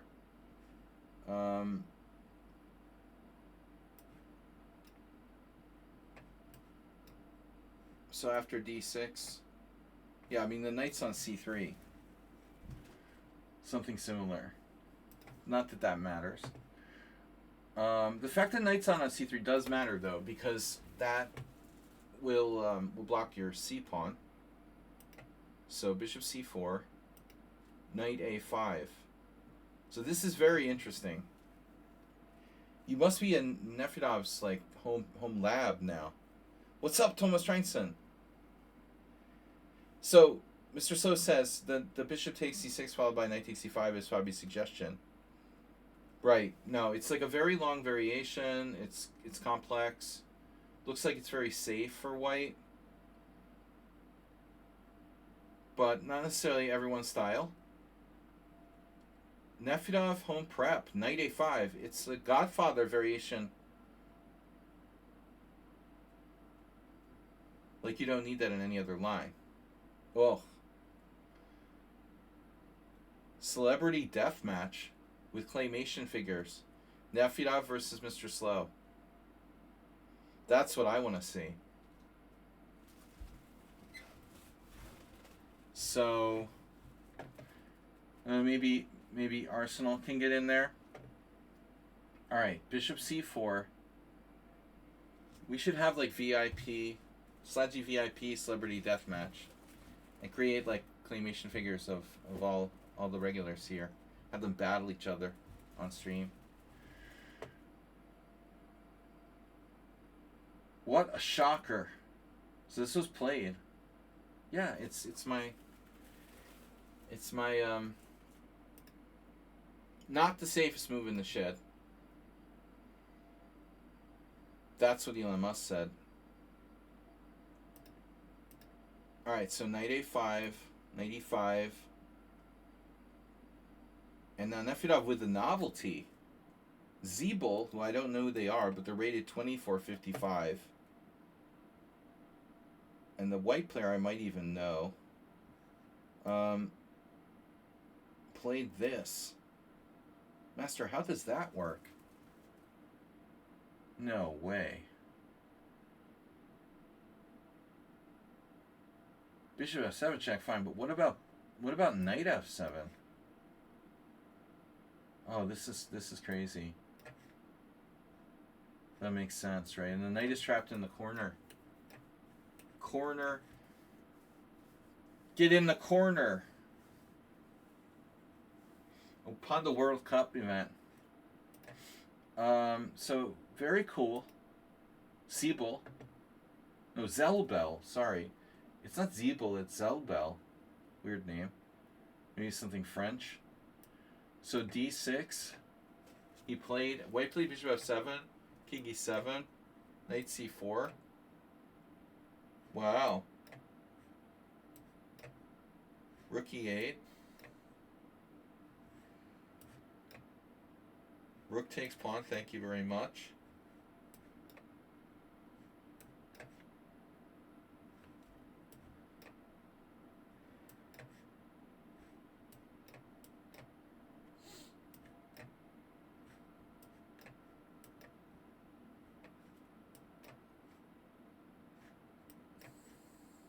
Anyway, Black had the bishop pair, went on to win the game against a slightly low-rated player.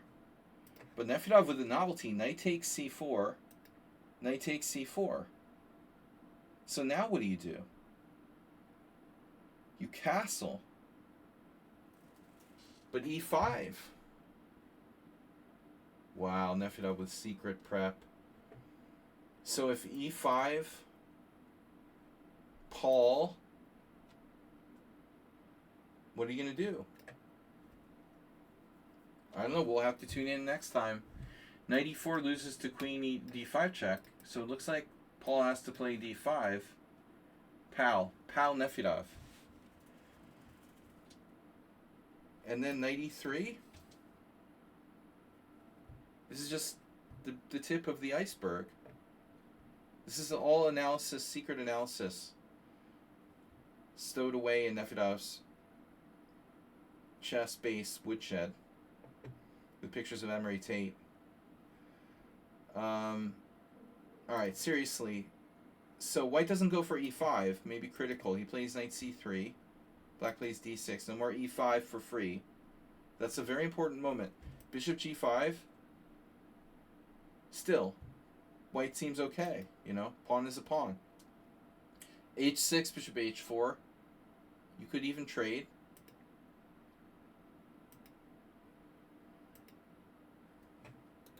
Zelbel, two bishops. Zell's bells. I wonder if Zelbel like Ozzy Osbourne. Three bishops, even better.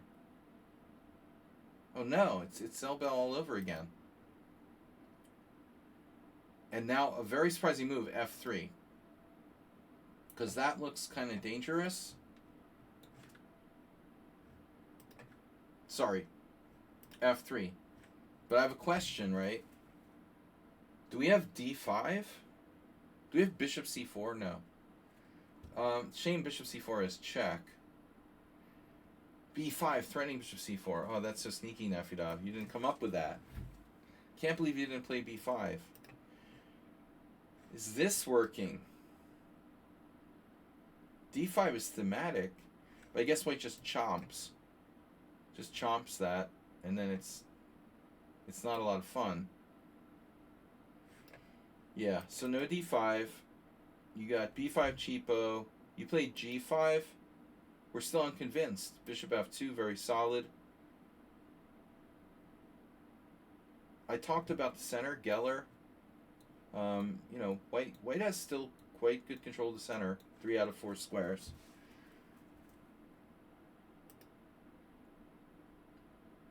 And then here. But,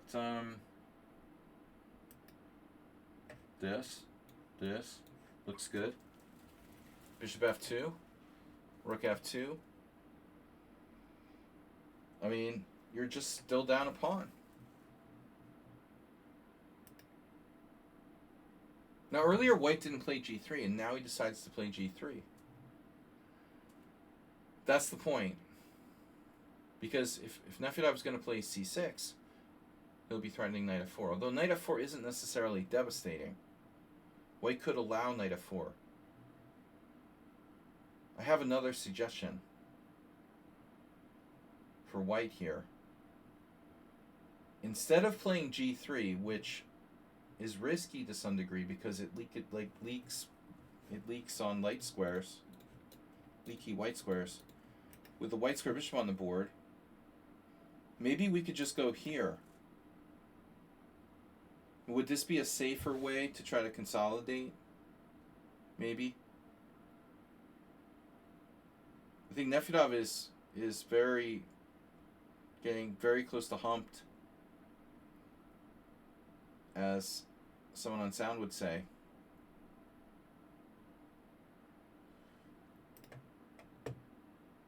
He's pretty much a pawn down. But after g3, there is a looseness on the white squares that might give black a chance. Now he played the cheapo. Well, there's no real threat necessarily with b5. Yeah, now you played f4, but f4 is risky. You're the one that's supposed to consolidate up a pawn here. Why not just like knight e3? You can revolve your other knight back, or even the e2 as you prefer.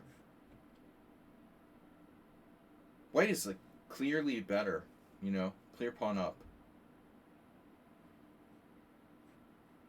b5, f4, recklessly loose. Yeah, I mean, you know, even in the normal certain circumstances, I mean, this openness here could be good for white, but I'm not certain. I just didn't see a reason to play f4. It's kind of risky.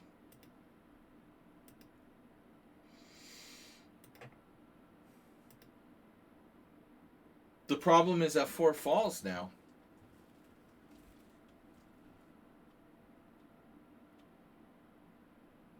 You can still bail.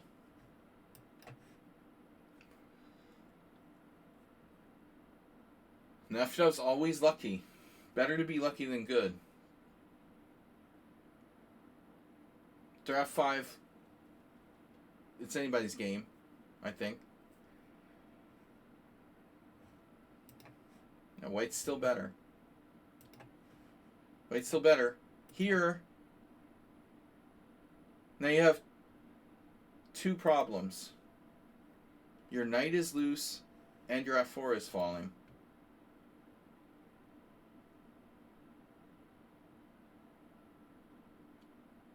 And you decided to take on d6, which doesn't really solve either problem. Well, I guess it does. It does solve that problem.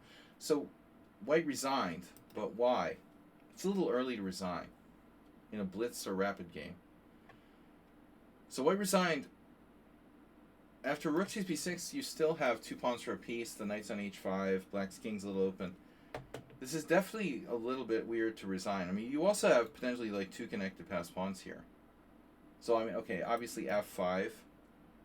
What's actually going on here? Wow. So you resigned in a better position. Well, that was nice of you. Not only do you have compensation, you're actually better. White's actually better. Nefedov was probably wondering why you resigned. See, that's why he's 1600, Nefedov. I was wondering why he's 1600. He resigns in better positions. Yeah. Yeah, I mean, I wouldn't know that you were better, but I definitely wouldn't be sure. And I definitely would never resign. Like, it's close. You have compensation. How much compensation? Enough? Not enough? Too much? It's hard to say. I thought Nefedov was winning too. But when you think about the king side, the knight on h5, the center, the two connected pawns, his weird rook on b6, he's moved every pawn on the board. Yeah, it's not surprising. It was a respect resignation, Nefedov. What did you respect? All right. Little joke, play on words. Garry Kasparov Karpov. Oof. So this is the resigner's submission. Okay, let's go through the opening quickly. This is oh God, this is my childhood. I was in Boston. I moved to Boston to go to Boston University. In September of 1990, I was 17 years old, and I was really into chess. I was just a freshman in college, and this was happening. And my first month going to the Boylston Chess Club in Boston, they were getting the games, online, somehow transmitted. And we were watching the games at the chess club. That was pretty cool time. Actually, Dragonfly might have been there. I don't know. Dragonfly, were you hanging out when we were watching the 1990 World Championship match? I don't know if he's still here. He subscribed earlier. Dragonfly was also in Boston, I believe, at the same time. So let's go through the opening quickly. This is one of the crazy Zaitsevs. Oh, this is game 2.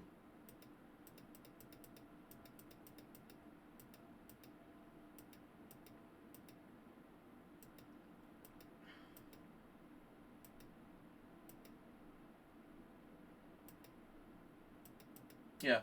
So I played this position in Blitz myself, It wasn't first played in this match, of course. This line, this variation, I remember from high school already being played between these, Karpov playing black against Hjartarson. And Karpov played Hjartarson in Canada's match. When? Like 88?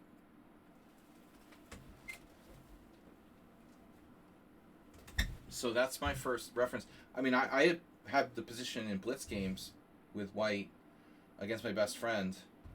This position on the board in 1980, 88, 89. And now we're going to 1990. And they're still fighting in this line. So at this point, Black usually played c5, and this was the main line. c5, d5, knight d7, rook a3, and then the rook comes over here. And there's two moves. There was c4 and this f5. But this got played in this match, I think later on. If I remember correctly, Karpov would play this later in that same match. Yeah, you see? That was played 1990. So this was the second game. Okay, I was at the chess club, and I think we were all surprised by B takes A, because this was unknown. I'm not certain this has been played before, but yes, the answer is yes, it had. In fact, Karpov had played it already against Ivanchuk. Wow. He had played it against Balashov back in 1983. So when you think about it, it's kind of a weird choice. I guess it's like a safe way to play. But it seems like it releases the tension. It's not a pretty move, you know. So the idea is that you release the tension, and you just protect the knight. So this variation is actually older. Sachs Beliavsky 1982. Kasparov Beliavsky 1982. I don't know.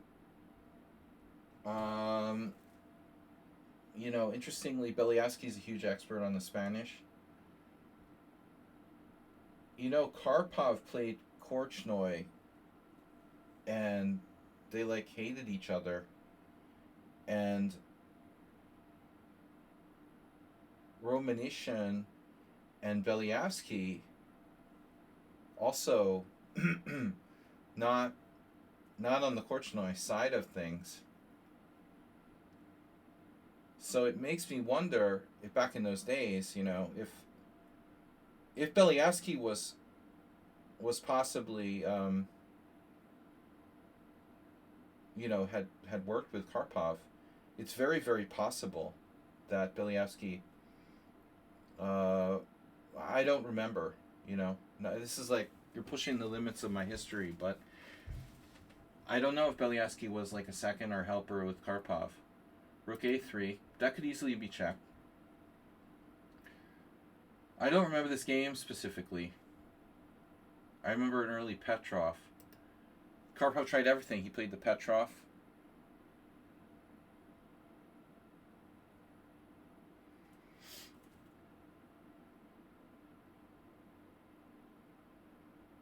Yeah, how many brains?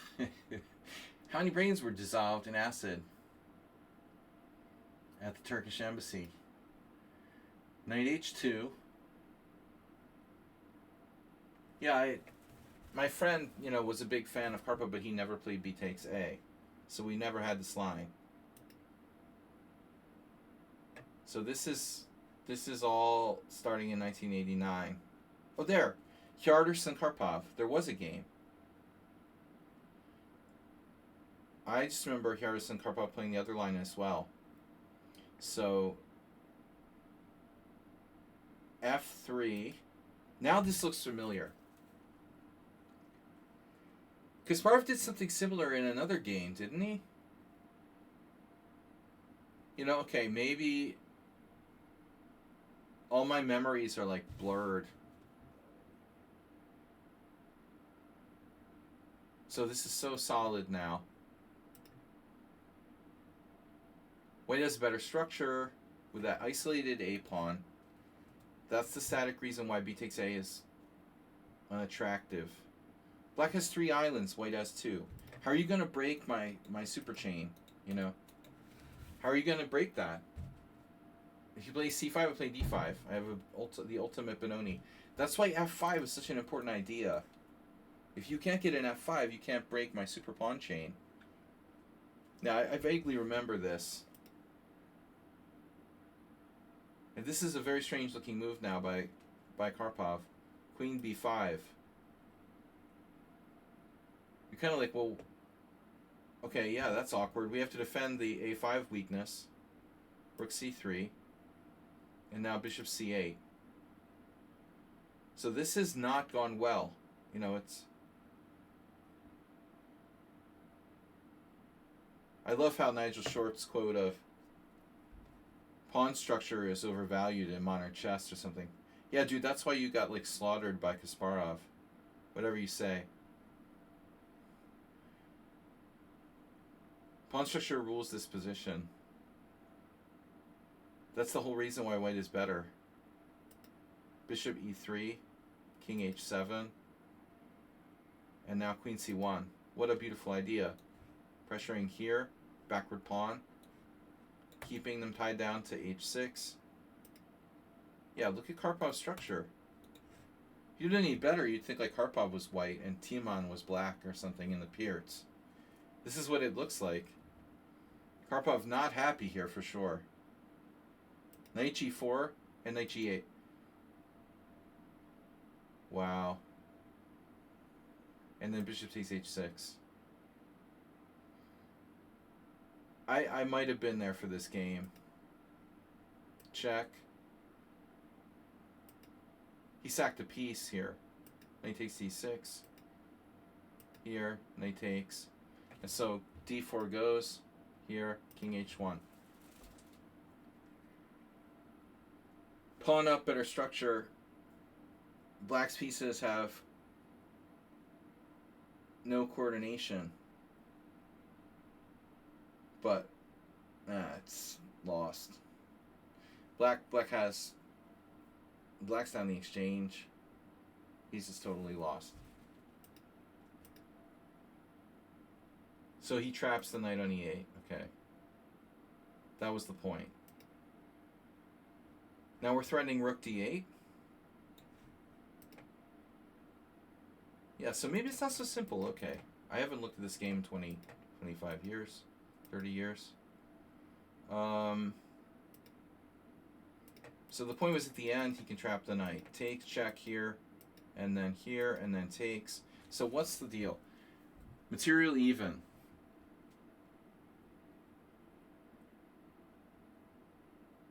But the knights are very scattered. Knight on h6 is very bad.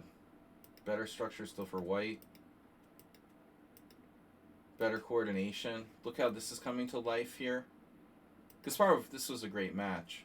Kasparov, they're both like at their peak, in my opinion. I mean, this was a very, very close match. And my favorite of their matches.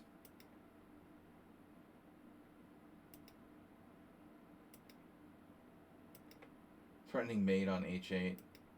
That's so sick. Beautiful. The way that white maximized all the pieces. You know, I don't think that Karpov played this line again with b takes a. That's beautiful.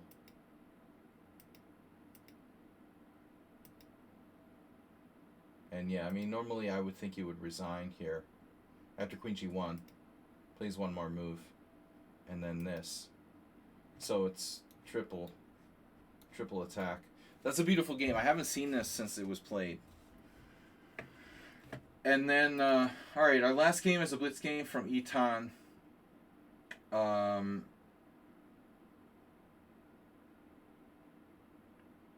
You're playing a 2900.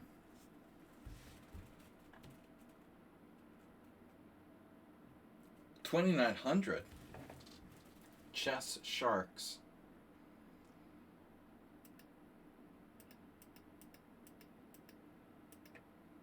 Okay, a lot of people are 2,900 in Blitz these days, especially, you know, people who like jack up their ratings with their friends who have multiple accounts. Because you're 2,900 in Blitz doesn't mean you're like a super strong grandmaster. There are a lot of lesser players who are like FIDE masters that are just really good at Blitz. So Black isn't necessarily like a super player, but still, obviously an extremely strong player in Blitz. So you played Queen B3. Russian variations. It's not super fashionable, but a good choice. Takes, queen takes, castles, E4, and now yeah, I mean, I don't know. I think knight A6 is good, and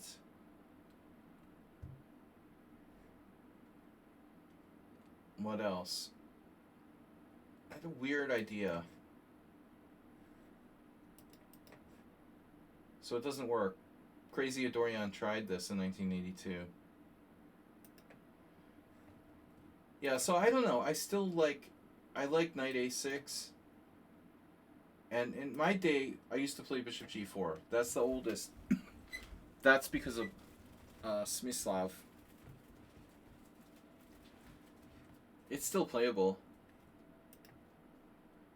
But I think objectively, knight A6 is Kasparov's That was the last I heard, that this was considered to be black's best.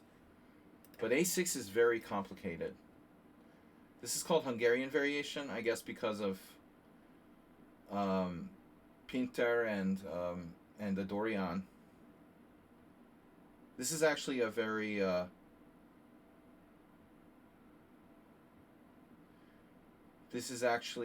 sharp line. Oftentimes, white plays e5 and some e6, and will break up the black king side. I don't know. I haven't played the Grunfeld in years, and I don't play this line with white. But so this line I don't know too much about. Knight fd7. This is a much less common variation. Bishop e3, and now black played b6.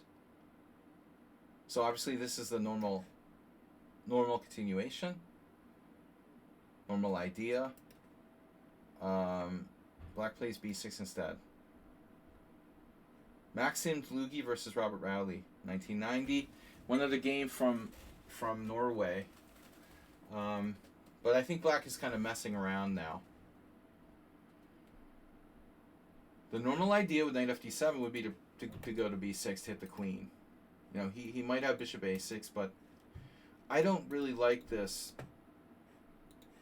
Weaknesses on the light squares, and I understand if he wants to play bishop b7, fine, but objectively, I don't see what knight fd7 has to do with fianchettoing his bishop. It's very strange. So looks like he should play knight b6.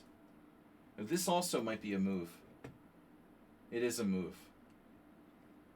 But b6 is really weird. And so let's see what Oystein did. He played queen d5, provoking c6, and then went back to b3. And white has to be better here. And Dlugi played just queen b3 directly. And Rowley, who is an FM, was able to draw. I beat him in a Grunfeld a few years later. Really, really nice game by me. One of my best games. But that's a very strange setup for black. Surprising he could hold against Dlugi. So anyway, b6 is weird. You played like Maxim. But Oystein's move makes sense. And now c5. So Rowley's simply playing. So does this drop a piece? How does this not drop a piece?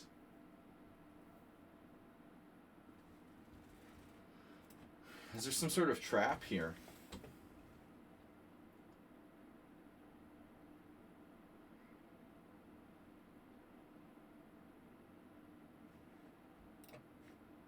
There seems to be some sort of trap.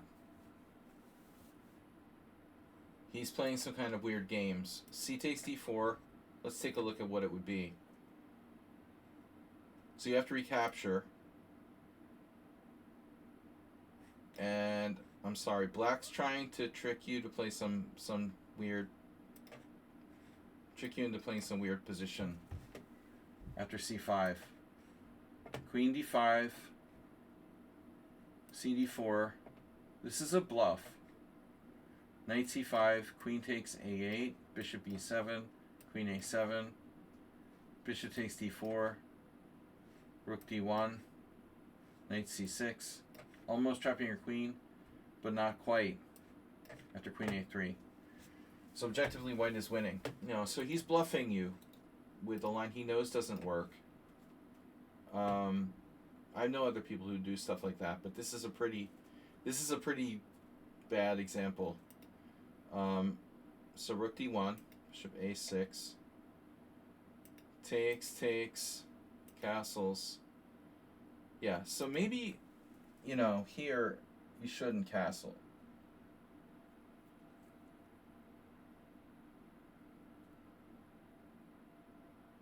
Because it seems to me like white white is better if you push. Now, anything can happen. Black is a strong player. But I would think you should very seriously consider playing d5. Because honestly, you have a space advantage. I'm not sure f5 is so realistic. His knight is misplaced on a6, and you have to be better. But when you castle, you give him the chance to trade pawns. And now, I think your advantage is questionable. What's your advantage? You don't have as much space. He's going to be able to get his knight in the game. It looks like it's okay. So I think d5 is the way to go. But after this, you're still fine.